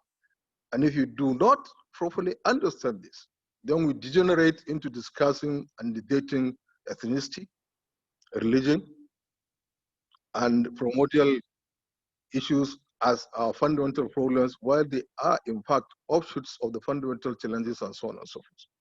For me, therefore, the fundamental challenge for our unity, is more to do with our class dynamics than with primordial sentiments and tendencies. I believe there will be a lot of time in future to discuss and debate these issues. It's very sad that COVID-19 challenges have not made it possible for us to meet physically and interact and then take as much time as we can and share ideas and so on and so forth. But I think POLA can take the shape of Dustin Detros's 19th century ideological institute set up in France following the French Revolution and so on, the first kind of ideological institute we know in the world. POLA can be able to do that for this country. And I'm impressed by the array of very senior, mature minds, patriots that want to move this country forward on the basis of objective assessment and objective understanding of our realities. I'm impressed equally by the point raised by Chikelu. Yes, instances like the election of the first mayor of Enugu, Umaru Altine, who was from Sokoto. I remember Usman Mukhtari of the NTA in the early 70s, won election in Lagos as chairman of local council.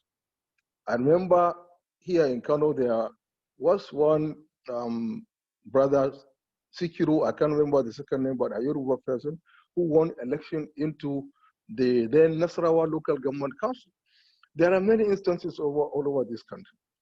But as long as we allow political elites to dictate and determine agenda for discourse, then we'll continue to vet irrelevant matters.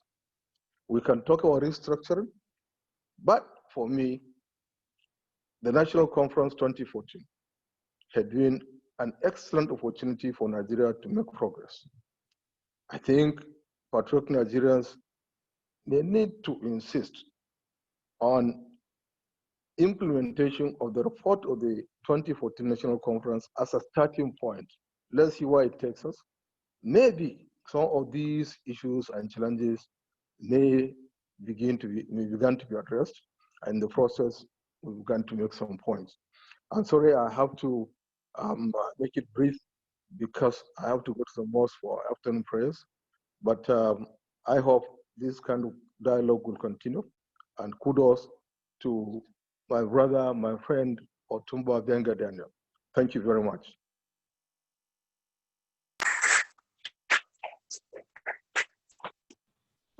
Thank you, sir, Dr. Akilo, for making the presentation to time.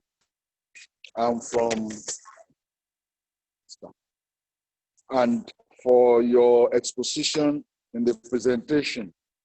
Dr. Akilo has focused on class dynamics and development issues and identified what those initiatives that can bring up a very stable dynamics in the political system. Once again, we want to thank him for the presentation. We're going to get back to Barrister Mukhtar Shagari, who is back online now, and I will want to invite him for his presentation. Barrister Shagari, please, you have the floor. Thank you.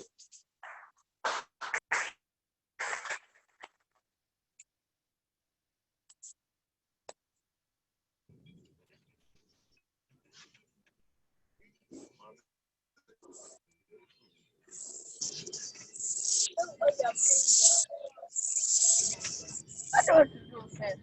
Don't worry. Just money that will be calling you.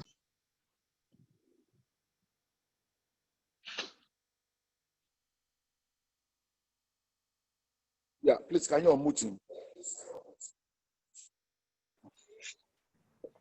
Hello? Hello, Jan. Okay. Can you hear me? Very loud and clear. Okay, yes. I said, well, in fact, I believe that dialogues like this one can go a long way in cementing the unity of this country and bring about understanding. But first of all, let me say this. I believe that Nigeria, as it is today, North and South, that were brought together, it was an act of God. Because if you look at the way we came together and amalgamated into a country called Nigeria, it was not done by a Nigerian. It was done by somebody who came from a foreign land. And it was God that brought him. So God, in my view, had a purpose for bringing us together because he wants us to be brothers and sisters.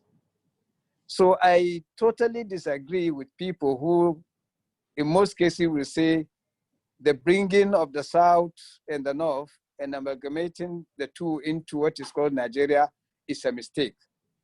God doesn't make mistakes. He has a purpose for everything. I think the problem of the unity of this country today is having problems because of us, the elites. The ordinary man, either from Enugu or either from Rivers State or from Bayelsa State or from Borno State and so on and so forth, we see each other, they see each other as human beings, and they see each other as citizens of the same country and compatriots. It is the elites, for their own personal interest, they always want to divide us. They always want us to feel that we are not the same. They try to tell you that you are, they try to tell you that, oh, you are Yoruba man, you are Hausa man, you are Fulani man, you are Igbo, and so on and so forth. And all these things were normally being done for political and economic purposes. What is happening today in this country, on both sides of the two big parties and the big tribes, the Yorubas, the Hausas, the Igbos, and so on and so forth, everybody is saying, it is my turn. It is my turn to take over the leadership of this country.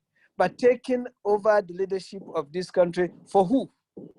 Normally for themselves, because if you look at our people, whether in the north or in the south and so on, in most of our villages and so on, lives has not changed or anything, but we always tell people that we are doing this on your behalf. Today, almost every person you meet in the Southwest, or every person you meet in the Southeast, or every person you meet in the South has been indoctrinated into believing that it has to be his turn. And I believe we can have unity in this country if we agree that in terms of leadership, we should always look for the best. Not somebody from my village, not somebody from my town, not somebody from my state, but we should always look for the best. If we agree on that, then I think we have achieved almost 40 to 50% of the unity of this country when we believe that leadership must be given to those who can lead, not to those who will take leadership because they belong to a particular tribe, because they belong to a particular state, because they belong to a particular zone. In my view, we cannot be great in this country unless we agree that we are one, unless we agree that every one of us has the opportunity, and unless we agree that we should always put the best forward from wherever that person comes from. We must also, if we want to be united, strong, and one, we the elites in this country must give leadership that will be to the benefit of the ordinary person. That will be of benefit to the ordinary person in the villages, whether he's a Fulani man, whether he's an Igbo man, whether he's a Yoruba man, whether it's Ibibio, of whatever tribe he is. We must give leadership to people as Nigerians. When we get to the positions of leadership, we should not be looking for our brothers from our villages or related to us. We must be looking for people, and we must put equity, fairness, and justice to be the guiding principles for the unity of this country. I will tell you this story. In 1972, from my college, we were sent we were sent to Plateau for leadership training, which was being done at that time by what is called Man Owobi. In the group I was, 5 of us were Muslims. The rest were actually Christians.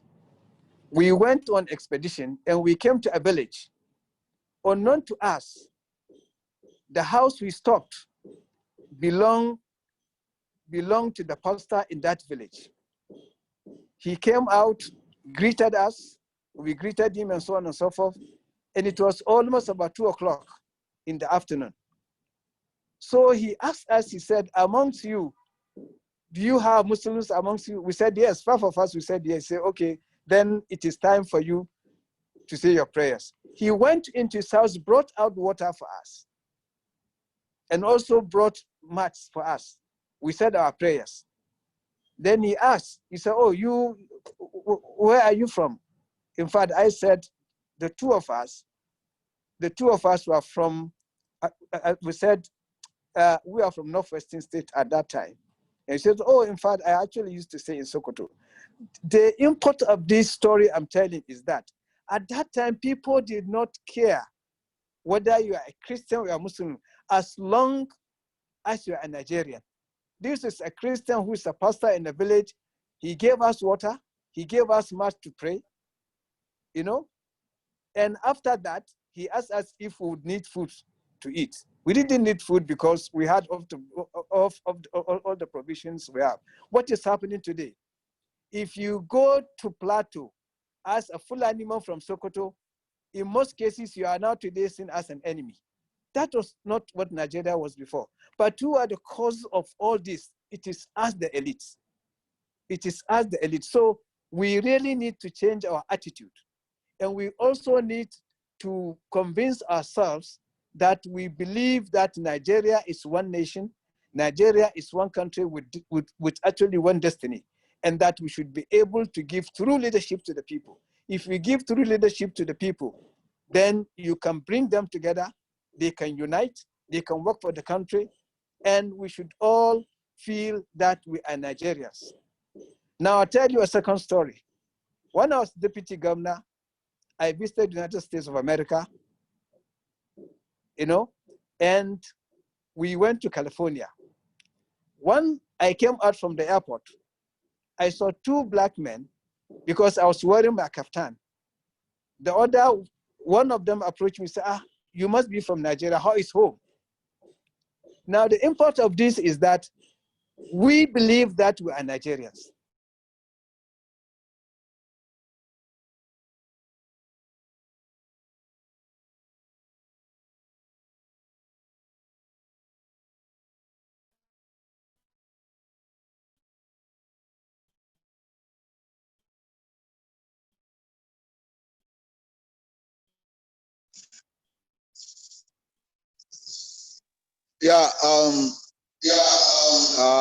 Barrister Shehu Shagari, it seems there is a network Wherever challenge over there.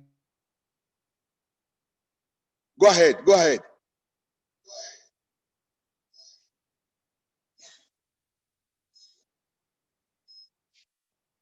Barrister Shagari, please go ahead, sir.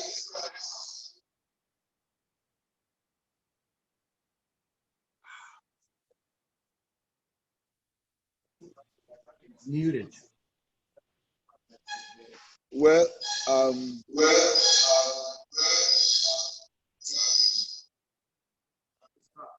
good. You can go ahead.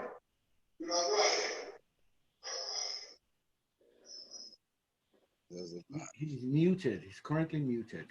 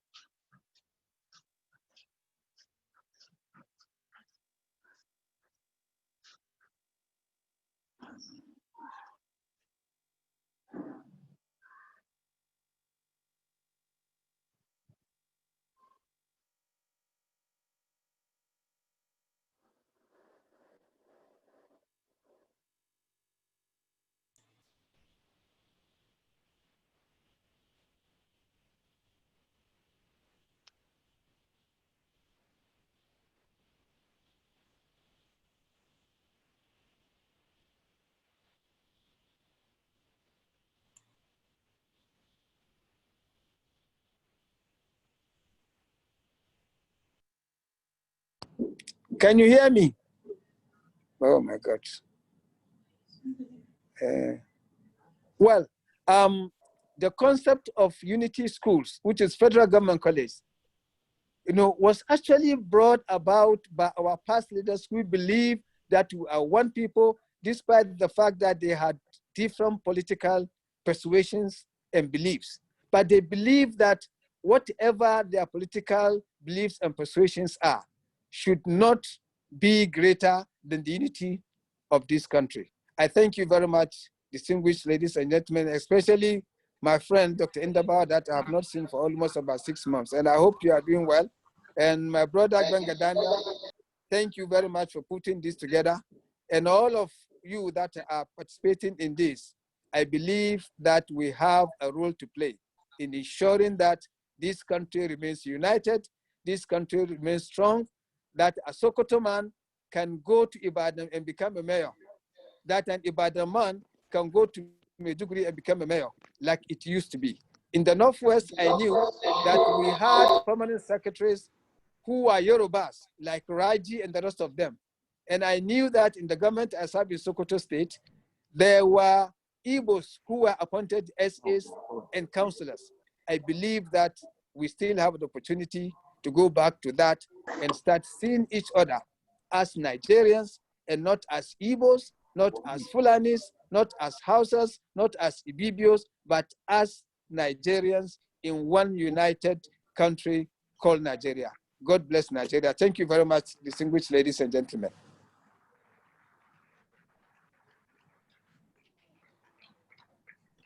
Well, Barrister Mukhtar Shagari, thanks so much for your presentation. You have actually focused on one of the key areas of the major topic of the dialogue, particularly how the elites divide us, and that to a very great extent, leadership should actually be for those who can lead. If you are still very much around, I will want to appeal to you to please get this message back to the people of your town, Shagari town. I happen to have served in Shagari town during my youth service 40 years ago in Shagari village. And the people were extremely very warm to all of us who were there. But part of the message I want to pass down was that we were told by one of the people who were there that we could not eat the head of the goat that was given to us. If they are still keeping that head of the goat, please tell them to return it in the interest of national unity. I will find out. Thank you, sir. Thank you so much. I'll find out. Thank you very much. Thank you very much. And some of the students you taught in that place have become big men now. In fact, well, they have really become big men. Of course, I was not one of them anyway, but they've become big men. Alhamdulillah. Thank you. God. Thank you so much. Thank you very much. That's right. Right. Thank you. Yeah.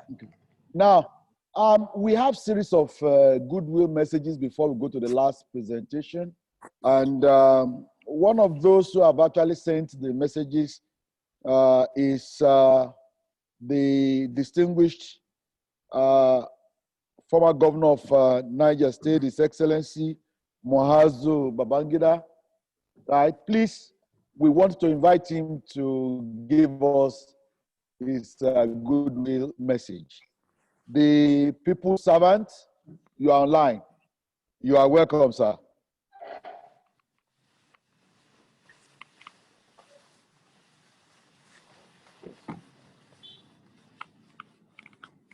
Dr. Muazu Babangida, yes, you have been online for a while.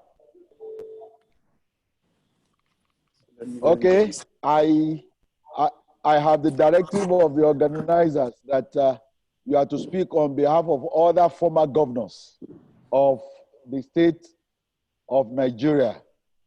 You have the line. I saw you some few moments ago.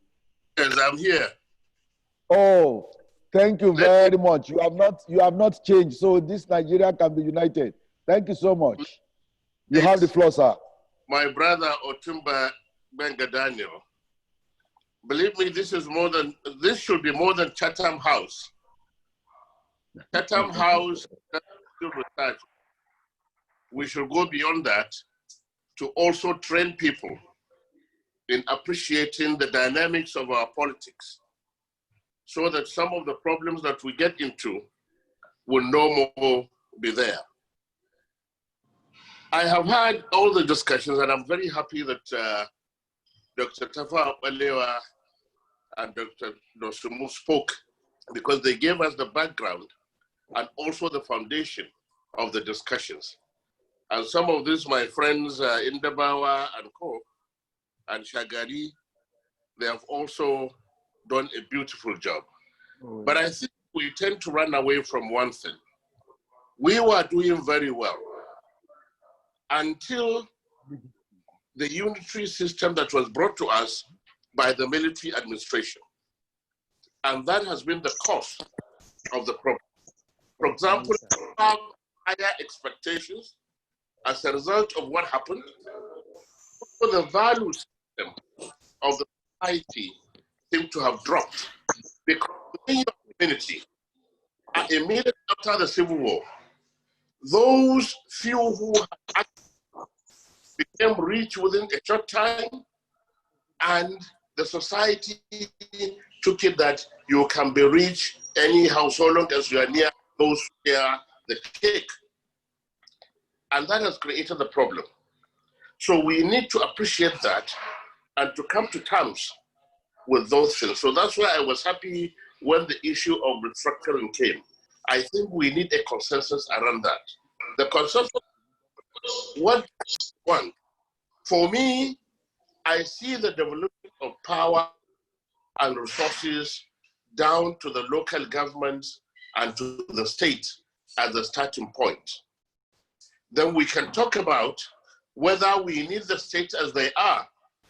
And I can see that some people are even asking for more, but some of us are saying, even what we have now, maybe we should go to some regions. And let me also say, those who are talking of dismemberment of the country, let me assure us that it will not come the way they think it will.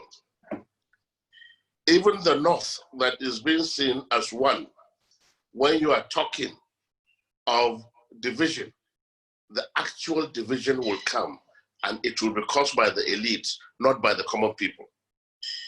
So let's talk about, like we're talking now, what is it that will unify and unite us properly? And I believe the role of the former governors is very, very important in this.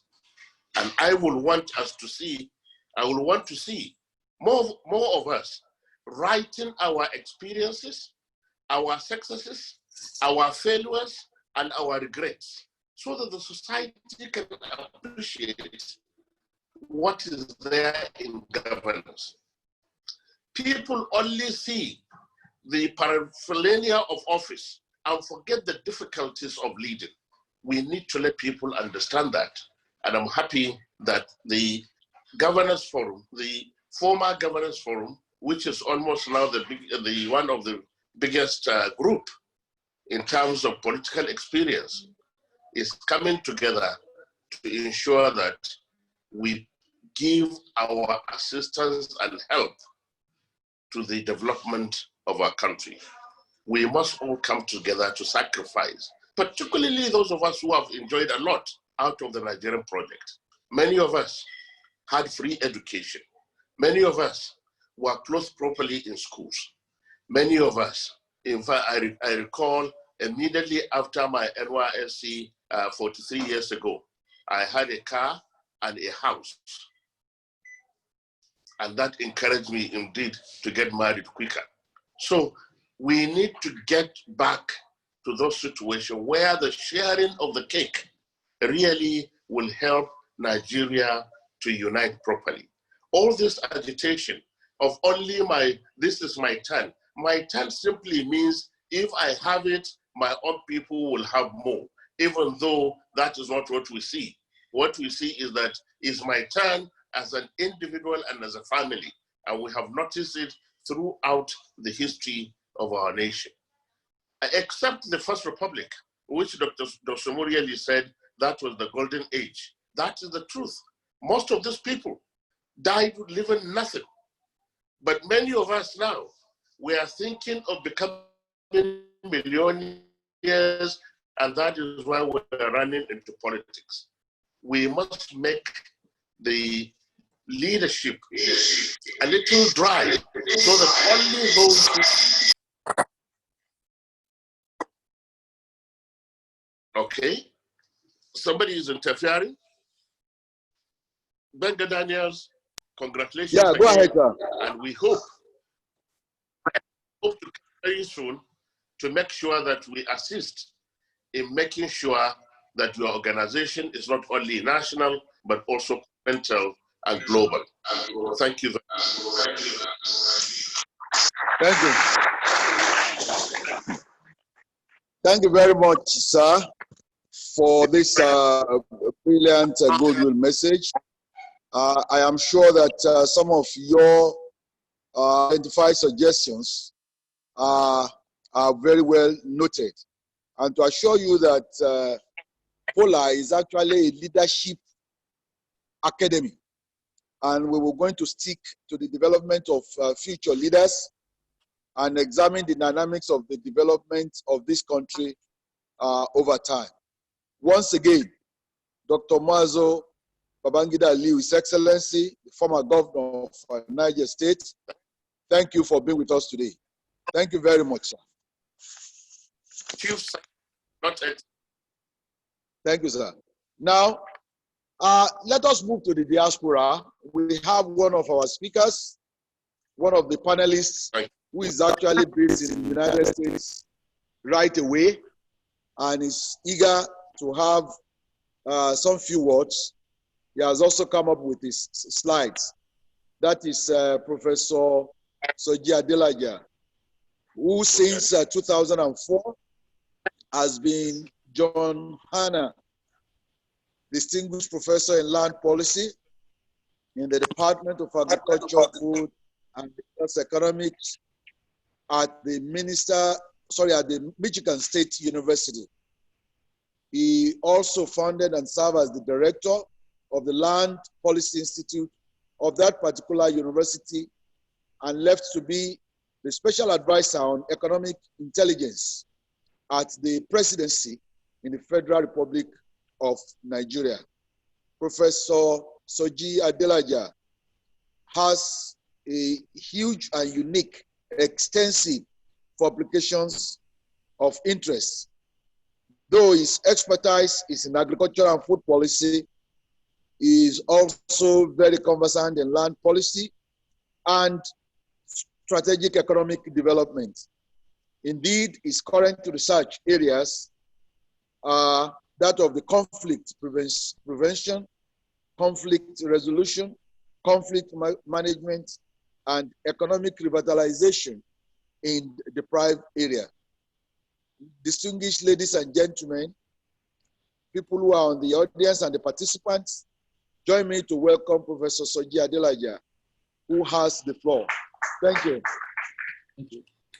Would the host allow me to share my screen? I've been sending messages to allow me to share my screen. If you do, then I'll be able to present my presentation so that the audience can see it. Would you know how to do that? Okay.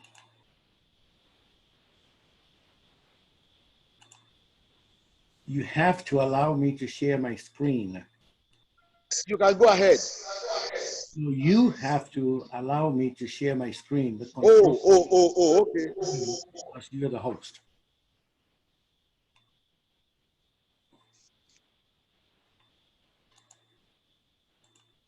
Professor Adelaja, please, can you go on with the presentation? We will do that right away.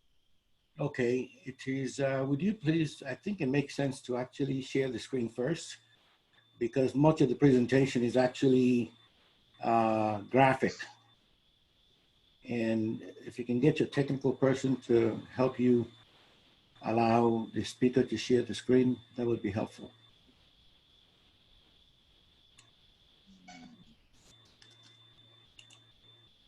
Okay, fantastic.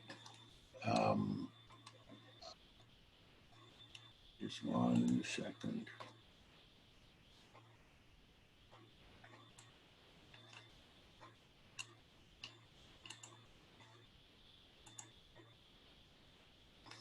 Okay, can everybody see the screen? Yeah. Hello? Yes, I can. Well, first of all, Yes, we can.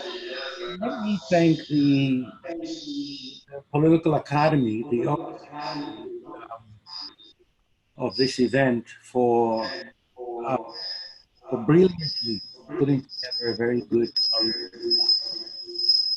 I also want to thank my good friend Otunbagbenga Daniel for his vision and his foresight in organizing and endowing and supporting the Political Academy.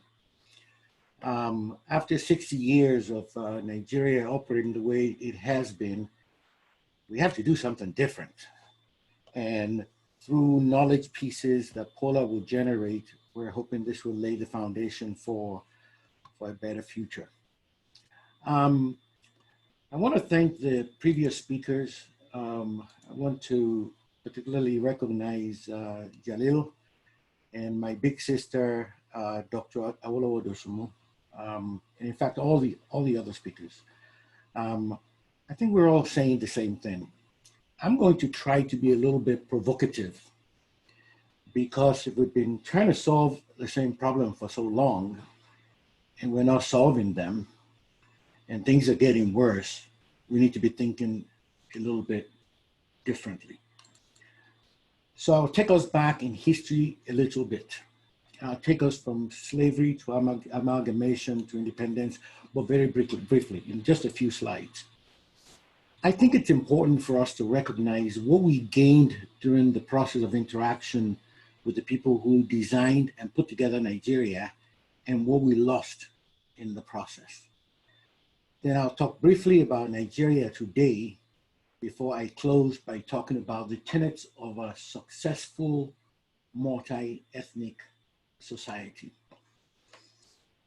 In terms of brief history, the early Europeans who came to Nigeria were businessmen, and they claimed in order to explore new resource capture opportunities. They didn't come there to build a nation. They didn't come there to kind of play with us or hang out with our kings and obas. They came there for an economic purpose. Then they were followed by their religious institutions, and the purpose of that, you can go verify this, was to expand their culture and religious beliefs. No conqueror ever advances a new territory without expanding its culture and religious beliefs. Then the government of Great Britain came later under the guise that they were fighting slavery, right? Helping to shut slavery down. The British eventually pieced together an extensive portfolio of land, people, rulers, natural resources, using agreements and treaties that were actually signed under duress. Most Nigerians don't discuss this, but it's an important point for us to note. I had ancestors that went through that process of duress. When somebody puts a gun to your head and says, you shall sign this, you better sign it. Otherwise, you'll be too gone to be able to leave to come and fight again.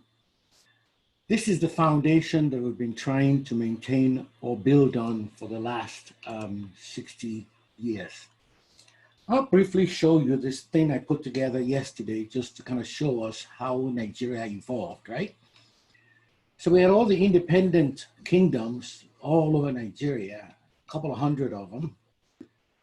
A United African Company came, established itself, had a charter from Great Britain, renamed itself 2 years later, renamed itself a few years later, and by that time, it had already amassed enough contracts supposedly to help people to actually build the foundation for Nigeria.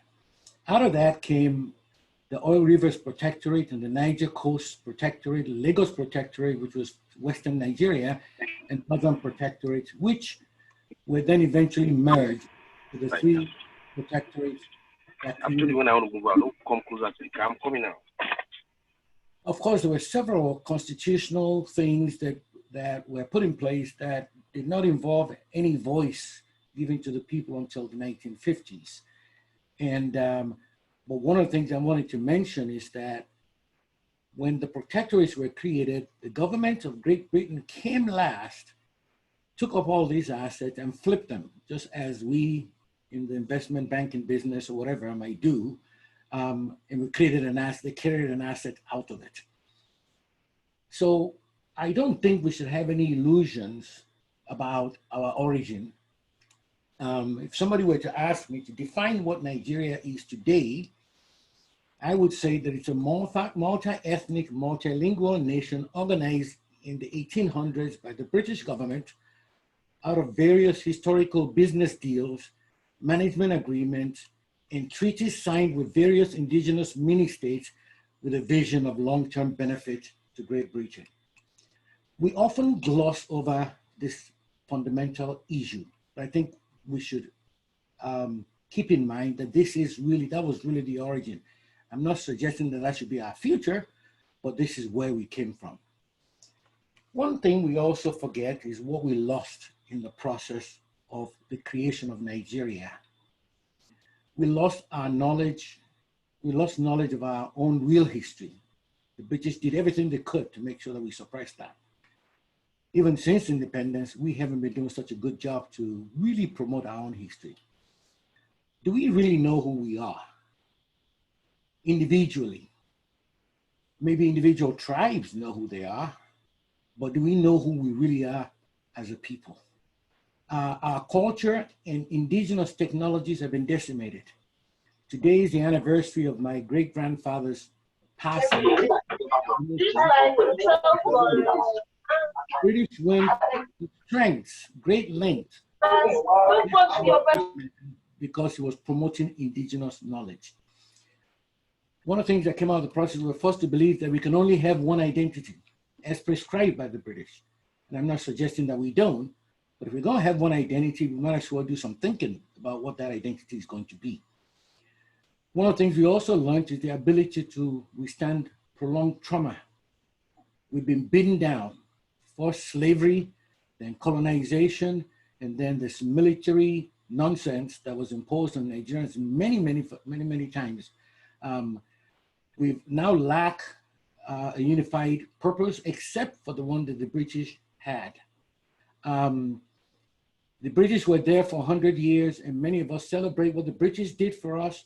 But 100 years, the infrastructure they left behind, in 100 years, the world's changed in 100 years. While they were moving the resources out, they could have left more behind. And in the meantime, we hadn't developed on our own indigenous infrastructure. One of the things we need to also accept, even though we can get sentimental about this, is the biggest problem in Nigeria is that we never took the time to develop a cohesive vision or determine our ultimate destination. I hear the term consensus.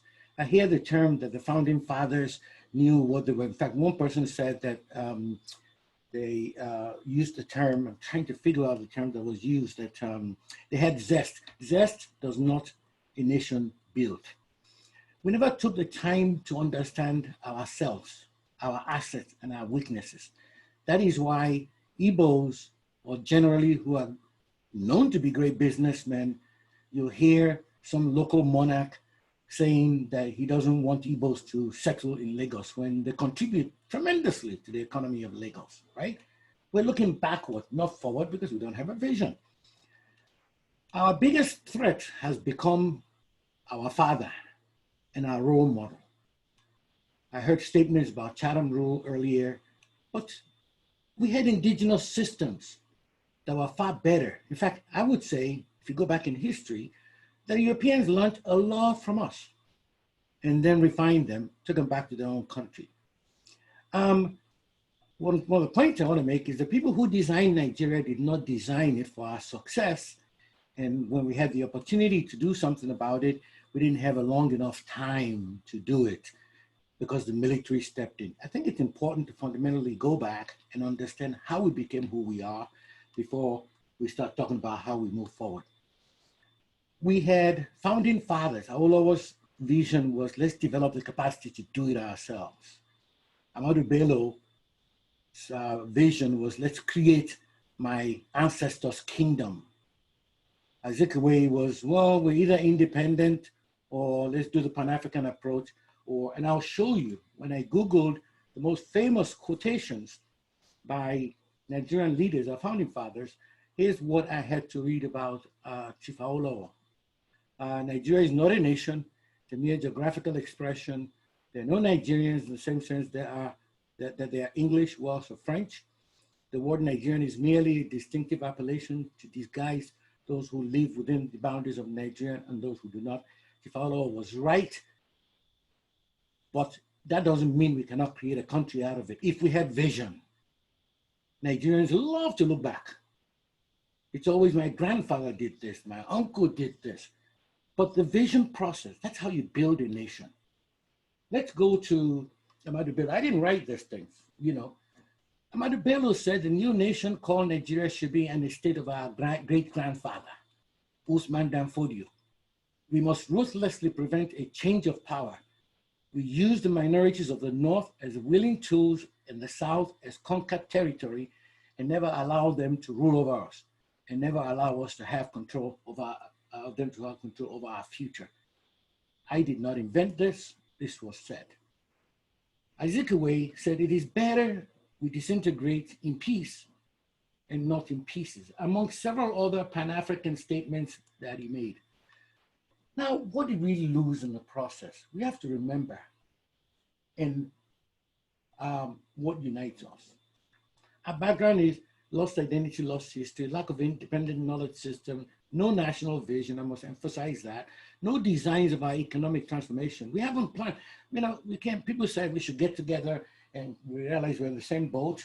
We're in the same boat, where's the boat going? We've never had a process of really visioning what Nigeria is to be that will address all of the interests and needs of Nigerian people. We compete, we don't cooperate, right? Corruption has taken over, lack of power has taken over, poverty has taken over, suspicion has taken over, dysfunctional schools has taken over, armed conflicts have now kicked in, and then kidnapping. Then of course, we think we have a democracy, but I think several of the speakers have alluded to the fact that the so-called ruling class, they're just toying with everybody. I'm almost over, but the point I want to make is, I'm going to use the car analogy because I happen to be in my pastime. I'm a race car driver, you know, so I do my pastime. It's a complex instrument. All parts must work together to achieve movement, safety, speed, and when needed, protection. But you need a brilliant driver who knows the terrain, knows how to navigate, and has a proper roadmap. So first of all, you must have an instrument that works. We must also have a leadership that works. In our case, the vehicle that was created by the engineer did not even share the blueprint with us. It was designed after what their aspirations were. And we've jumped on board without spending enough time talking about what is the vision, what is our destination, what is our hope for the future. Where are you going to even find a decent driver to drive a car where all the people on board have different visions? If you have 1,000 Nigerians, you'll have 1,000 opinions. We need to get back to the grassroots level and start to ask and build up, you know, a consensus about where we want to go as a country. And don't marginalize the poor or uneducated people, because you'd be surprised what kind of ideas they will provide. So let me end by talking about the tenets of success for a multi-ethnic nation. We can't start talking about how do we make it work unless we understand the threats to our existence and prosperity. Most nations that are formed were formed on the basis of the threats to them. If we're not pissed off or upset about where we've been and what has happened to us and know those threats, I mean, 100 years, 400 years, slavery, and all kinds of things happen in Africa. And some of us are going as if nothing happened, right? The precondition for growth is the desire to change. A famous economist said that several hundred years ago. Nigeria must have a dream for its future, but it also must develop a compelling vision about its future. And it must be grassroots. Until we do that, we'll just be wandering all over the place. I happen to be, being an economist and working in economic transformation, I've helped many, many, many communities develop this process of realizing who you are. I can share with you some of the blueprints. You know, it is at that point that we can then begin to say, what does a visionary leader do, right? We can then talk about how creative he is, how convincing he is. But until we deal with the issue of vision, what is the vision of Nigeria? What do you want Nigeria to be in 20 years, in 30 years? If I talk to 1,000 Nigerians, I will get 1,000 opinions. Now, we need to understand the importance of what we call cooperative regionalism and interdependent government structures. In the old economy, and I've written a lot about this in some of my publications, places benefited because countries were well run. In today's world, which Florida talks about this a lot, a nation is the sum of its parts. It is when places are successful that the nation succeeds. In Nigeria, we don't even understand what our assets are. We're busy trying to hold places back instead of enabling places to help us build the foundations for a successful country. You know, that is not how you build a nation. Of course, mutual respect, as Dr. Awolowo Dosunmu mentioned, and understanding. Yorubas don't understand Igbos. Igbos don't understand Hausas. Maybe if we have a vision that incorporates all of us, maybe some of that negative suspicion will go away. We have nothing to focus on, to keep us focused on how we move forward. That's why we're bickering amongst ourselves. You know, we need to start developing our own knowledge base to debunk this divide and conquer mentality, right? One of our biggest challenges, and I thank my friend Olamide Shoneko for actually, in the discussion I had with him, for bringing this up. You know, we don't even understand how the current global geopolitics can be a threat to our prosperity. China and the United States and Russia will probably go at it like they did during World War II, except China will be in the picture. You know, somebody's going to decide that they're going to carve out Africa, and it's a possibility. What are our leaders thinking about stuff like that? If you don't even understand our threats, you know. So I think we need to really, the reason why my presentation must be perturbing is because I really believe that we need to get out of this comfort zone that we're in and start to really think strategically about where we're going. Otherwise, the future will surprise us. So let me end by going back to one of Papa Awolowo's quotes, or quotations from him. He said, after the rain comes sunshine, after darkness comes the glorious dawn. There's no sorrow without its alloy of joy. There's no joy without its mixture of sorrow. Behind the ugly, terrible mask of misfortune lies the beautiful, soothing countenance of prosperity.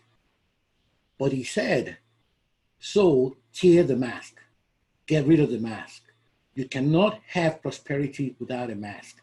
And I go back to one of my writings in the past that says this is not time to be thinking about thinking out of the box. That's not our problem. There's no box in the first place. Thank you.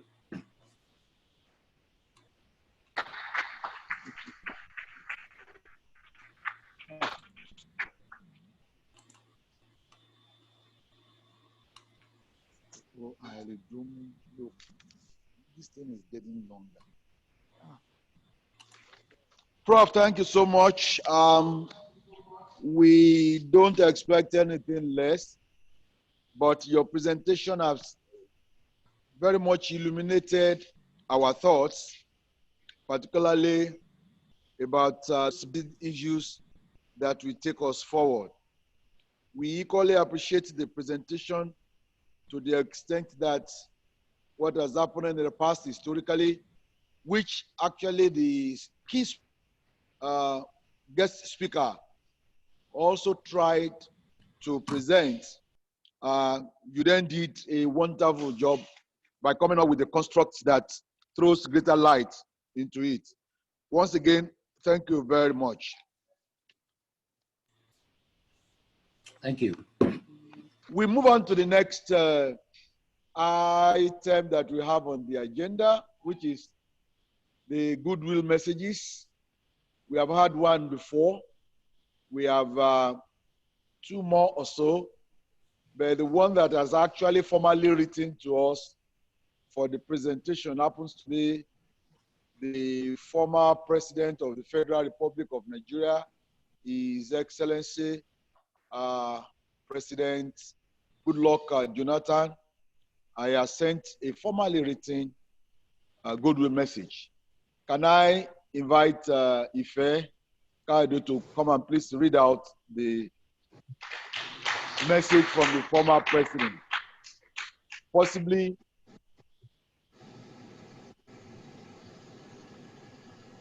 Ife Kaido with you will also become a president somehow.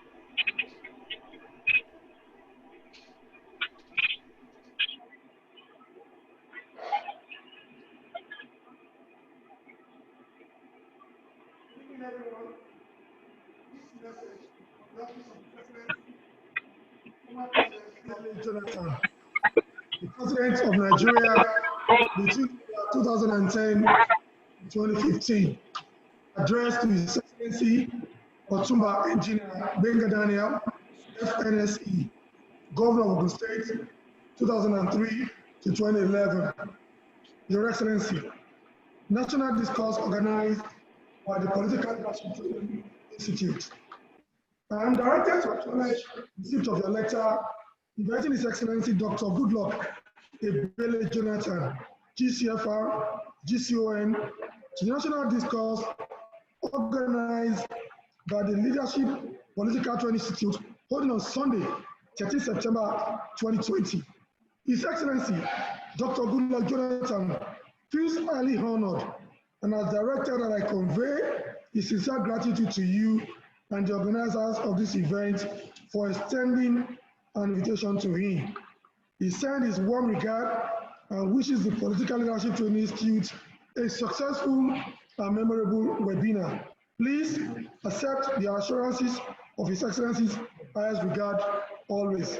Sincerely, Han Iyonu, for the office of the former president. I thank you all and God bless.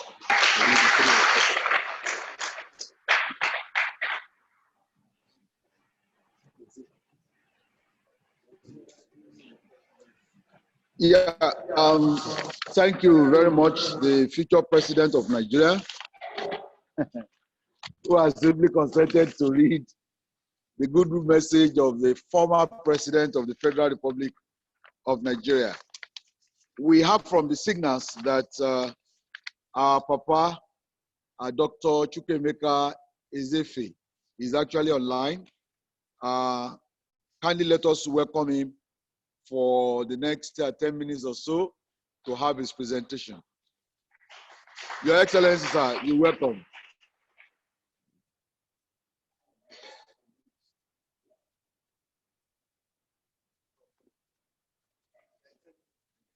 Yeah, Excellency, sir, please, you have to unmute yourself so that you can speak.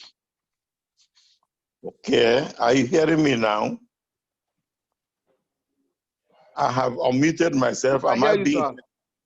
Okay.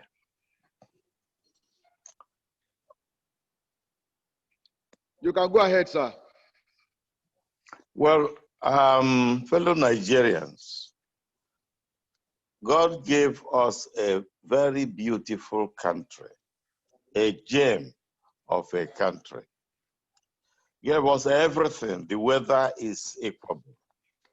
Every plant in the world can grow here. If you cannot grow in your village, you can grow in Gembu.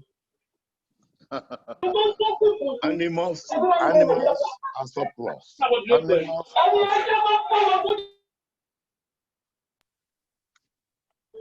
minerals. Even the Chinese sometimes help us with the minerals because we don't know the minerals we have. And people, many talents from many tribes. Nigeria is a gem of a country, but we have messed it up. But I think we have an assignment. God gave us all the resources, hoping that we grow into a superpower with the assignment of raising the respect and dignity of Black and African people worldwide. Today, conscience is dead in Nigeria, and our corruption has become comprehensive. And our failure is such that from the World Bank saying that parts of Nigeria we are growing faster than the rest of the world before the coup. Today, we are being called the poverty capital of the world. Security, failure. Economy, failure. Political, failure. Justice, failure. Comprehensive failure in every respect. That is what we are experiencing. It is not the will of God. And God does not make a mistake.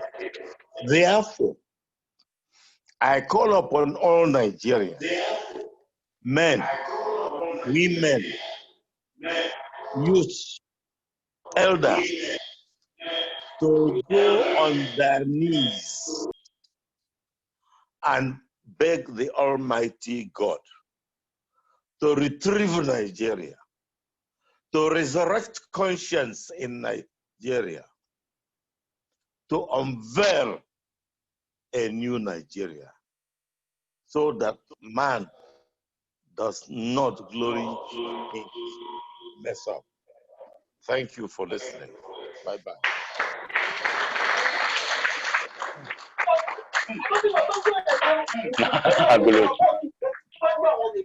Thank you, sir, for your very brief and swift comments. Thank you. We are rounding up very soon, but we still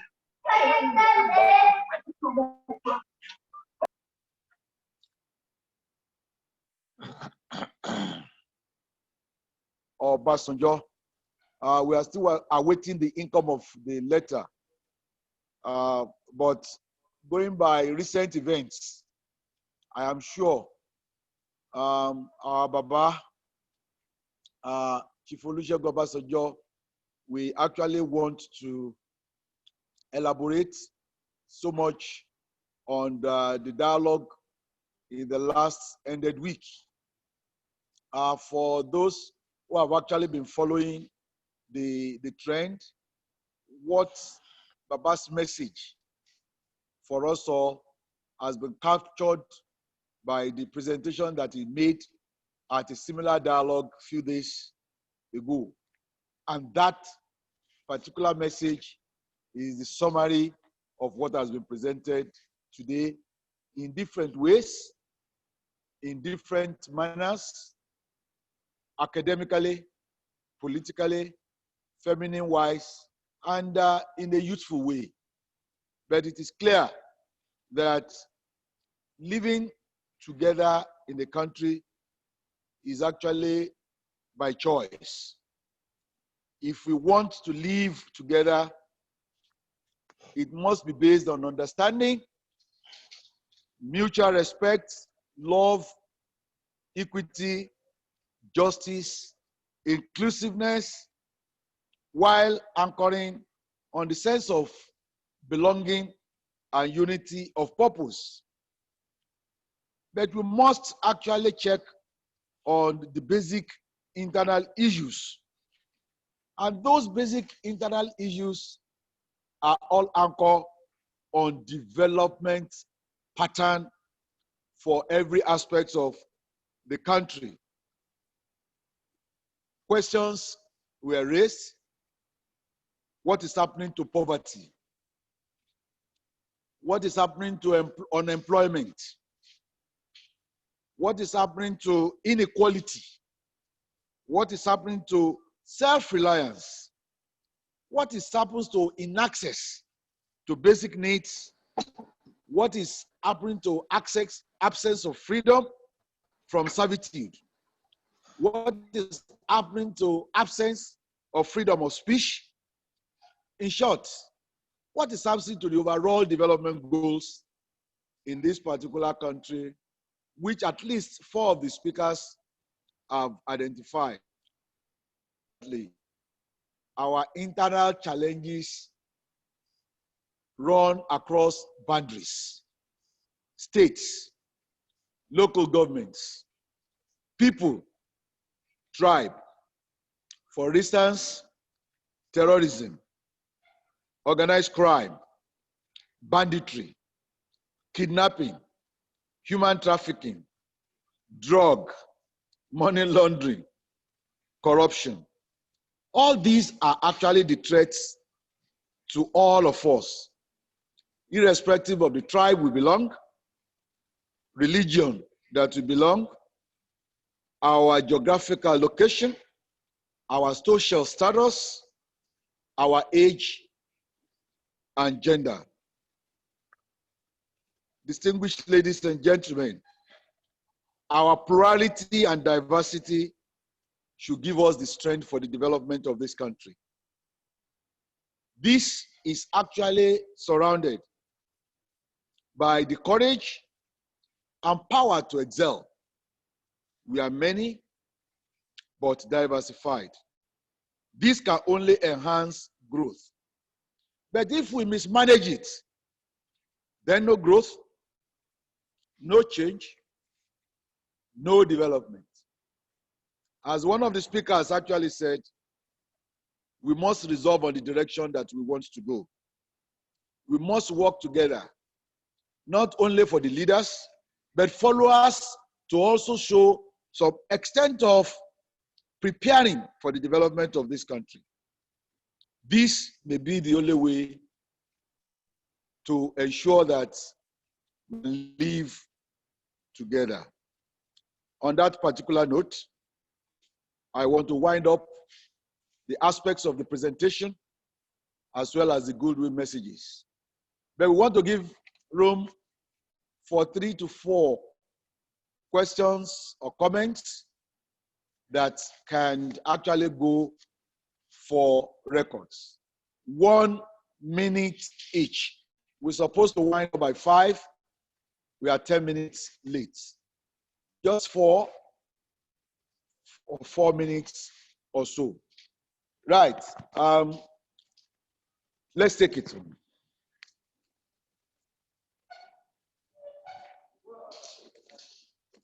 It's been a very good and interesting time being part of this very important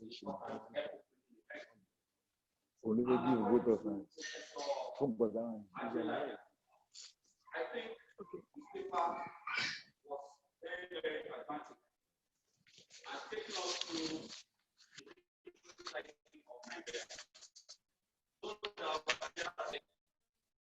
a business today, the regions of Nigeria, and eventually that led to our independence crisis. It's very, very important that we take this. That according to the Castro said, revolution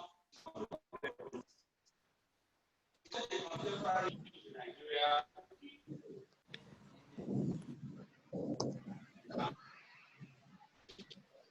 You cannot have a better Nigeria where a Nigeria that will be issue oriented if our orientation was started salient issues are not addressed. But of course, moving forward, we cannot just continue to do what is called motion without movement. But I believe that the National Assembly, it is still the platform where this issue can be thoroughly discussed and a particular decision or certain decisions taken so that we can have a better Nigeria. A Nigeria where election is still the same. The pattern of election right from 1960 to this moment is still the same. Violence is still attached to every election that we hold. So we cannot have a different Nigeria. The issues are different. The issues are very common.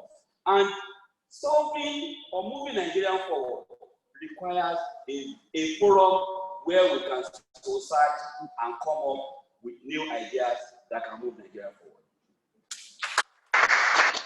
Thank you very much. The other, any other? Yes. Let's take 1, 2, and 3. Just please. Mention your name.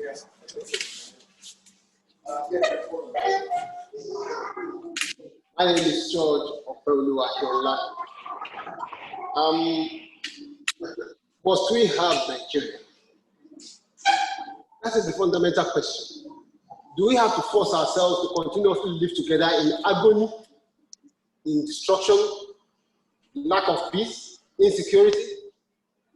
If we cannot live together in peace and harmony, then we should be friends apart. Because understanding contemporary Nigeria means understanding the problems that have been devastating us and the reasons that are keeping us down the way we are. Let me tell you, South Korea, we were far ahead of South Korea in the 60s. We were ahead of China. We were ahead of so many countries. The southwest of Nigeria was far ahead of all these places. But look at what has happened to the Yorubas. The indices of development has continued to fall right from 1960. And this, particularly, you must notice, are man-made. It's not because God ordained it, it is because we have failed to rule ourselves and rule ourselves properly. The truth must be told. And the moment we continue to tell ourselves the truth is when we begin to learn and move up. But we continue to deceive ourselves. The Yorubas have a statement, oh, Bishori Meja. We do not have to be together. For us to be able to develop individually and at our own trajectory, at our own basis, individual basis, if we have to separate, let us do so peacefully. The Yoruba want to remain friends with their neighbors. You don't have to fight. But you cannot force me as your wife to continue to be your wife if I have chosen to divorce you. And that is the thing that we all have to realize to understand the contemporary Nigeria that we live in. What unites us? Neighborliness. The neighbors, so that unites us. What unites us? People, we are human beings, we are united. What unites us? Friendship, cooperation, business, economy. But what divides us are so many that we should live as separate countries.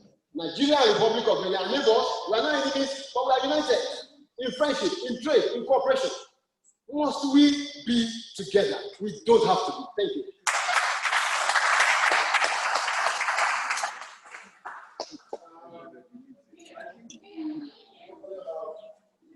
Yes, as part of, please, you have 1 minute. My name is Prince Emmanuel. Our speaker, the president of Mrs. Awolowo, she made mention of something very important, and that is how Singapore came out from their obscurity. And she cited something very vital. That is the MPH, that's very monitoring and the honest aspects of governance. And I think if we look at why not right? I think fundamentally that was also created, but it was my to define ways to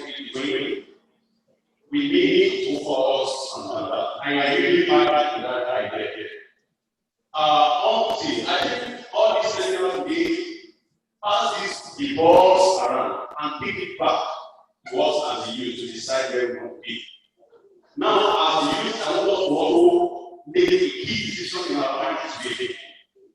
Should we continue with the federal bureaucracy system of governance in Nigeria where there is bureaucracy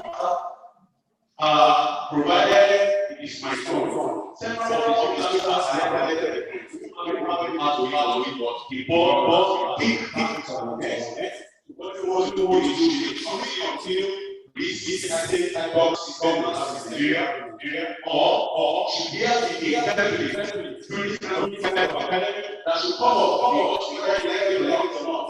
The purpose was an academic is to raise future leaders. Should we continue sleeping on the agenda of our forefathers? They meant well, but not like some of our speakers have said. They only set the very moving, but towards the destination. So it will be left for us now. Do we want to just pay several people back, or we start now we want to follow this track. This is what I am taking personally. If this move forward, merit is given this pragmatism is there. Honesty should not be coming to God work for what take me away or what we can consider. Thank you. Please, yes, I am coming to that last question, but let me take this from the floor, far away from the middle belt. How are Ibrahim? Please, you have the floor for your questions and comments, please. How are Ibrahim? Please unmute her.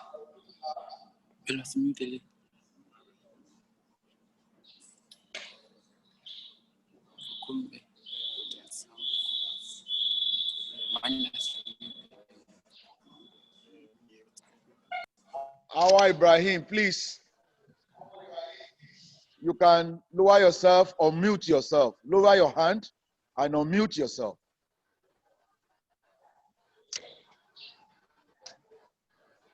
Well, we seem to have actually lost contact with her. Okay, let's have the last comments there. Can you hear me? Just yes, hold on. I'm here. It seems she's back online. She's online. Awa Ibrahim, you have the floor. Okay, I'm calling from Italy.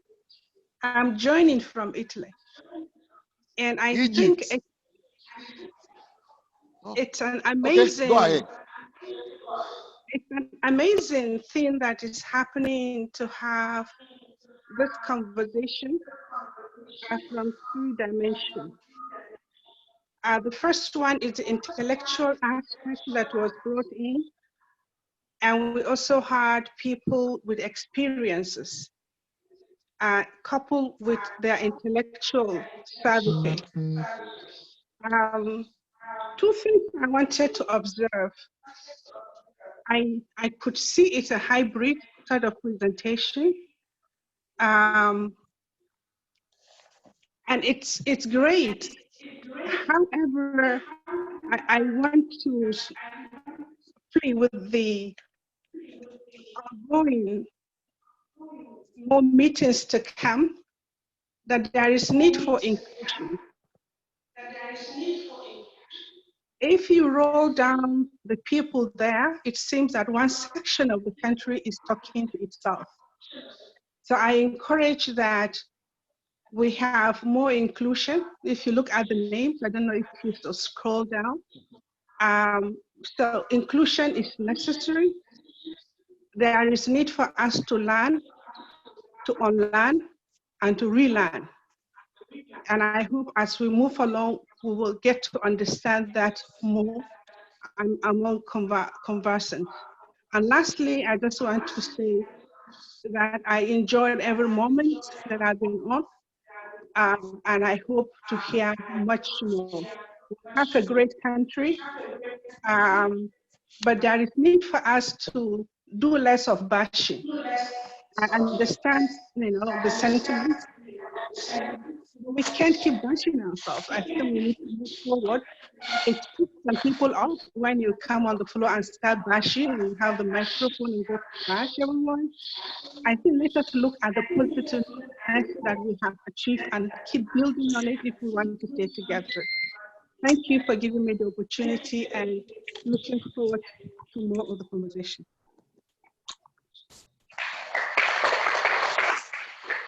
Awa Ibrahim, thank you very much. Okay.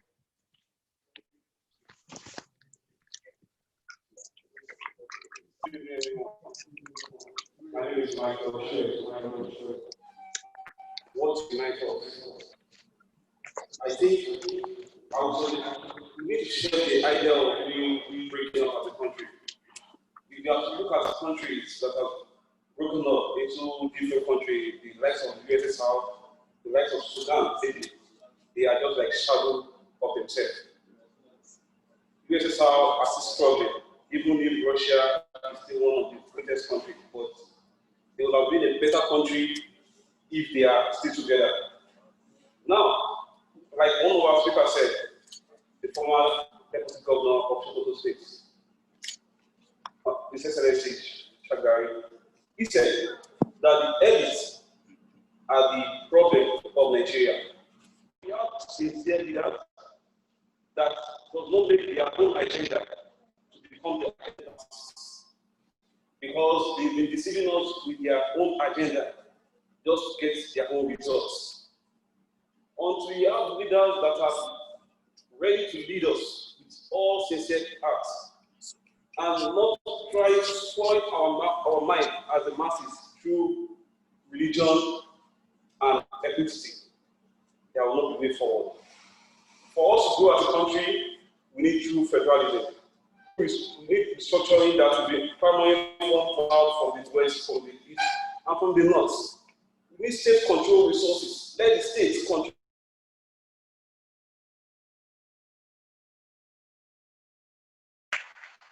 Yeah, thank you very much.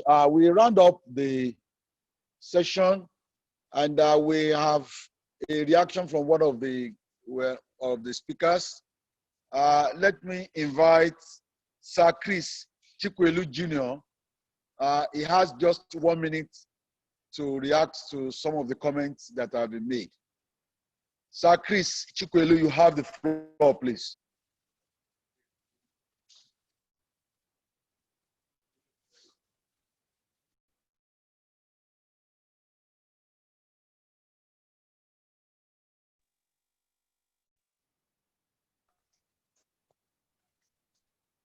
Okay, he has dropped out. Okay, the host's closing remark, please. Hello, everybody. Excellent. I'm sorry. Hello, my name is Kairat. I don't know if I can speak. Your Excellencies, and all our very distinguished personalities, our speakers, and of course, all the participants worldwide, I want to wholeheartedly thank you for your patience and understanding.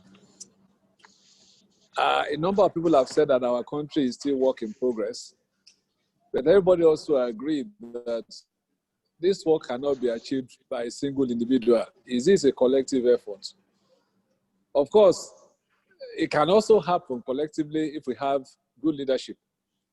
There is no doubt in our mind that the ripple effect of leadership is what will drive our country forward.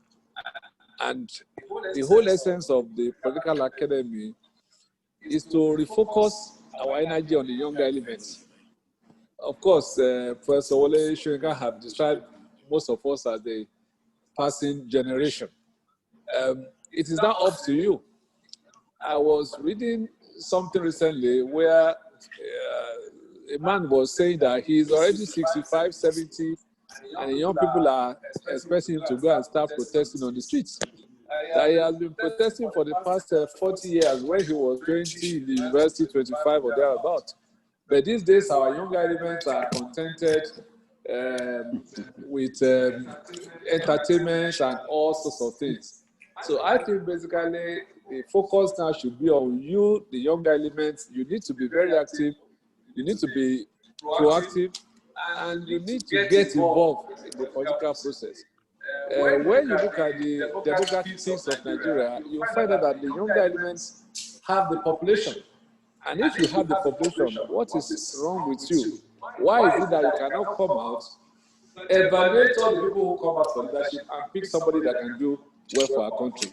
In my opinion, that's really where we are today. But once again, let me say that this is the first of this webinar, and we intend to be having this interrogation every month. So in the next few days, you'll be informed about the next day. We're going to have another webinar and the topic.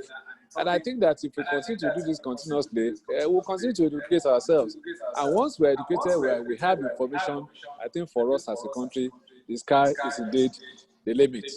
What I want to tell all our people from all across the divide of this country is that this country is a cat with 9 lives. We have resources.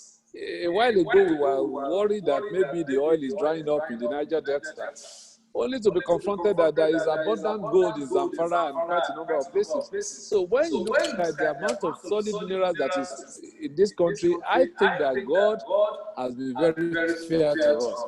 God has been kind to us. It is now up to us to take up the gauntlet and move this country forward, so that by the special grace of God, we can be where we are supposed to be. We can still catch up with Korea and all the countries that we were ahead of in the past, if only we get our acts together. So once again, I want to thank you all. Professor, thank you for coordinating this very, very well. And to all of you, thank you very much for coming. Thank you. Yeah,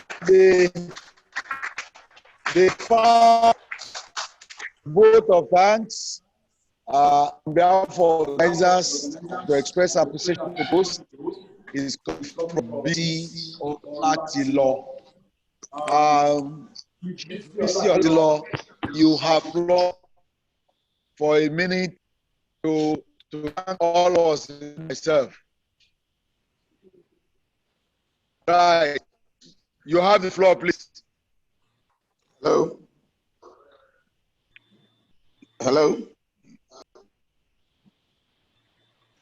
We can hear you. You're hearing me? Okay. Yes. Hello? Good evening. Good evening. Good evening. Okay. We can hear you. Okay, good. Thank you very much. Let me first congratulate Otumba Engineer Gbenga Daniel for this foresighted vision of continuing from where he stopped in 2011. In fact, he's been doing so much to try to see that we have people who are coming behind to take over the leadership of this country. Congratulations, Otumba Gbenga Daniel. And all of us who also participated, I have actually had I have a very long list of us, but I'm not going to go through that. But I can say that we have people from all parts of the world: Italy, the United States, the United Kingdom, and in Nigeria here. I'd like to thank President Goodluck Jonathan for his goodwill address. Thank you very much. Dr. Muazu Babangida Aliyu, former governor of Niger State. Our keynote speaker, Dr. Abdul Jalil Tafabalewa, thank you very much. His Excellency, Chief Chukwuemeka Ezife, former governor of Anambra State. Maybe I should just spend a second to say this. My very first visit to the East was when he was in office as the governor of Anambra State. And when I spoke Igbo, I mean, I swept him off his feet. He didn't quite believe me until I started doing when I tapile ilu no whereby Nibo na here. I wonder if I get all kind of but in Nigeria bukunkai when did I join Butenke what I get I'm an amam no kind of but not already. Now Dr. Akilu Hussein Indabawa, my very good friend, political juggernaut. And of course, we had also here Alhaji Mukhtar Shehu Shagari. You were there yesterday somewhere in Ondo State, and I was just waving to you. Former minister and former deputy governor of Sokoto State. Adwa muke yanzu, ba abin da zai taɓa Nigeria in Allah ta. Tunda wannan Nigeria ta mu ne. Mai addu'a ne abin da muka mata muna yi a wannan lokacin. Daga ma mutum da ke kan gado yanzu, mu yi mai addu'a kuma ga mun a bayansa. Allah ya sa duka mu dacin Allah ta. Now, Dr. Chris Chickwell Jr., congratulations to Professor Soji Adejare. You spoke all the way from America. Thank you. And all the professors that spoke and everybody that contributed here. Let me tell you a story to round up. I, as you know, speak Igbo and Hausa. But where did I learn Igbo? Where did I learn Igbo? I learned Igbo in Hausa land in Kano, where I was born. And that should tell you that, I mean, in those days, there's nothing like suspicion, there's nothing like hatred. We warmly, hospitably received one another.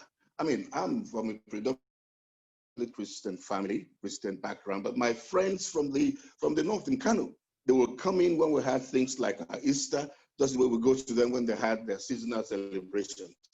Let's return to that. I can tell you that language is a very strong weapon.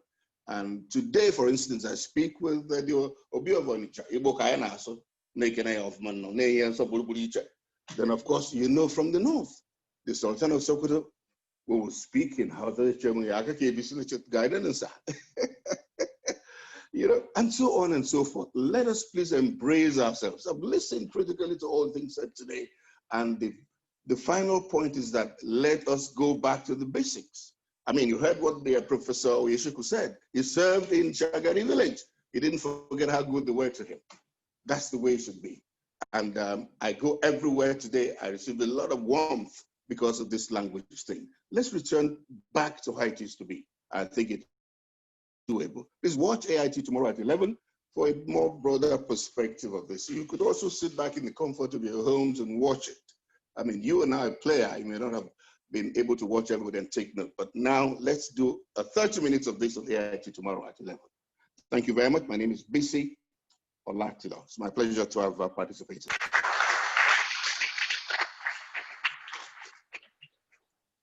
Distinguished ladies and gentlemen, our participants all over the world, and those that are looking at us, that are watching us via YouTube and Instagram, Facebook.